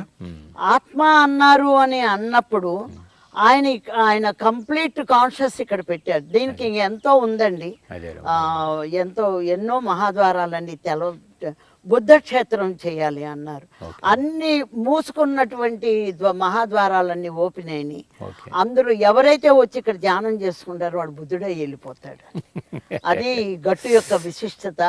అందుకని ప్రతి ఒక్కళ్ళు కష్టం అనుకోకుండా ఈ జగన్నాథ్ గట్టుకు వచ్చి ధ్యానం చేసుకుని వెళ్ళవలసిందిగా ప్రార్థిస్తున్నాను. ప్రతి ఒక్కళ్ళు కర్నూలు వాసులు కానీ మన భారతదేశంలో ఏ పిరమిడ్ మాస్టర్లు ఉన్నారో అందరూ కూడా ఒక్క రోజైనా ఇక్కడికి వచ్చి ధ్యానం చేసుకుని వెళ్ళమని నేను కోరుకుంటున్నాను. చాలా సంతోషం మేడం, చాలా సంతోషం. పిఎంసి ప్రేక్షకులంతా కూడా ఇప్పటివరకు వరలక్ష్మి గారి యొక్క జీవితం, ధ్యానానికి ముందు ఏమిటి, ధ్యానం తర్వాత ఏమిటి, భౌతికపరంగా ఆవిడలో వచ్చేటువంటి మార్పులు, అంతర్గతంగా ఆవిడలో వచ్చేటువంటి మార్పులు, జ్ఞానపరంగా ఎదిగినటువంటి ఎదుగుదల, వీటన్నిటికీ పత్రిజీ మూలం ఏ విధంగా ఉన్నారన్నదానికి పత్రిజీతో నా ప్రయాణం అనేటటువంటి శీర్షికలో ఇటు భౌతికంగా, అటు ఆధ్యాత్మికంగా, ఇటు ఫిజికల్గా, అటు యాస్ట్రల్గా కూడా బహుశా పత్రిజీ లేని క్షణం అంటూ లేదేమో అన్న విధిగా ఆవిడ అనుభవాలని కూడా మన కోసం చెప్పారు. మరి పిఎంసి ప్రేక్షకులు లక్షలాది మంది ఇవన్నీ మనం చూస్తున్నాం కాబట్టి రాబోయే రోజుల్లో మనల్ని మనం సవ్యంగా తయారు చేసుకోవాలి, ఆరోగ్యవంతులుగా తయారు చేసుకోవాలి. అట్ ద సేమ్ టైం మనకు నివాసం కల్పించేటటువంటి భూమాతని మనం రక్షించాల్సినటువంటి బాధ్యత మన మీద ఉంది. ఇవన్నీ కావాలని అంటే మరి మన ఇరుగు పొరుగు అంటే అటు పక్కన ఉన్నటువంటి జంతు జాతి కానీ, ఇటు పక్కన ఉన్నటువంటి వృక్ష జాతి కానీ, వీటన్నిటిని కూడా రక్షించాల్సిన బాధ్యత మన మీద ఉంది. కాబట్టి మరి మానవుడిగా మనం శాకాహారం మాత్రమే తీసుకోవాలి. మరి రెగ్యులర్గా ప్రతి మానవుడు కూడా ధ్యానం చేయాలి అనేటటువంటి ఫైనల్గా మెసేజ్ మనకు అర్థమైపోయింది. కాబట్టి దయచేసి పిఎంసిలో ఇటువంటి అనుభవాలు చూసేటటువంటి ప్రేక్షకులందరూ కూడా దయచేసి ఈ రోజు నుంచి మనల్ని మనం సంస్కరించుకోవటానికి ఆహార విషయంలో ఎలా శాకాహారం తీసుకోవాలి, ధ్యానం మన ఎలా ఉన్నతికి దారి తీస్తుందనే విషయాన్ని గ్రహించి ఈ విధంగా మారతారని చెప్పి ఆశిస్తూ, so thank you madam, thank you very much. Thank you sir.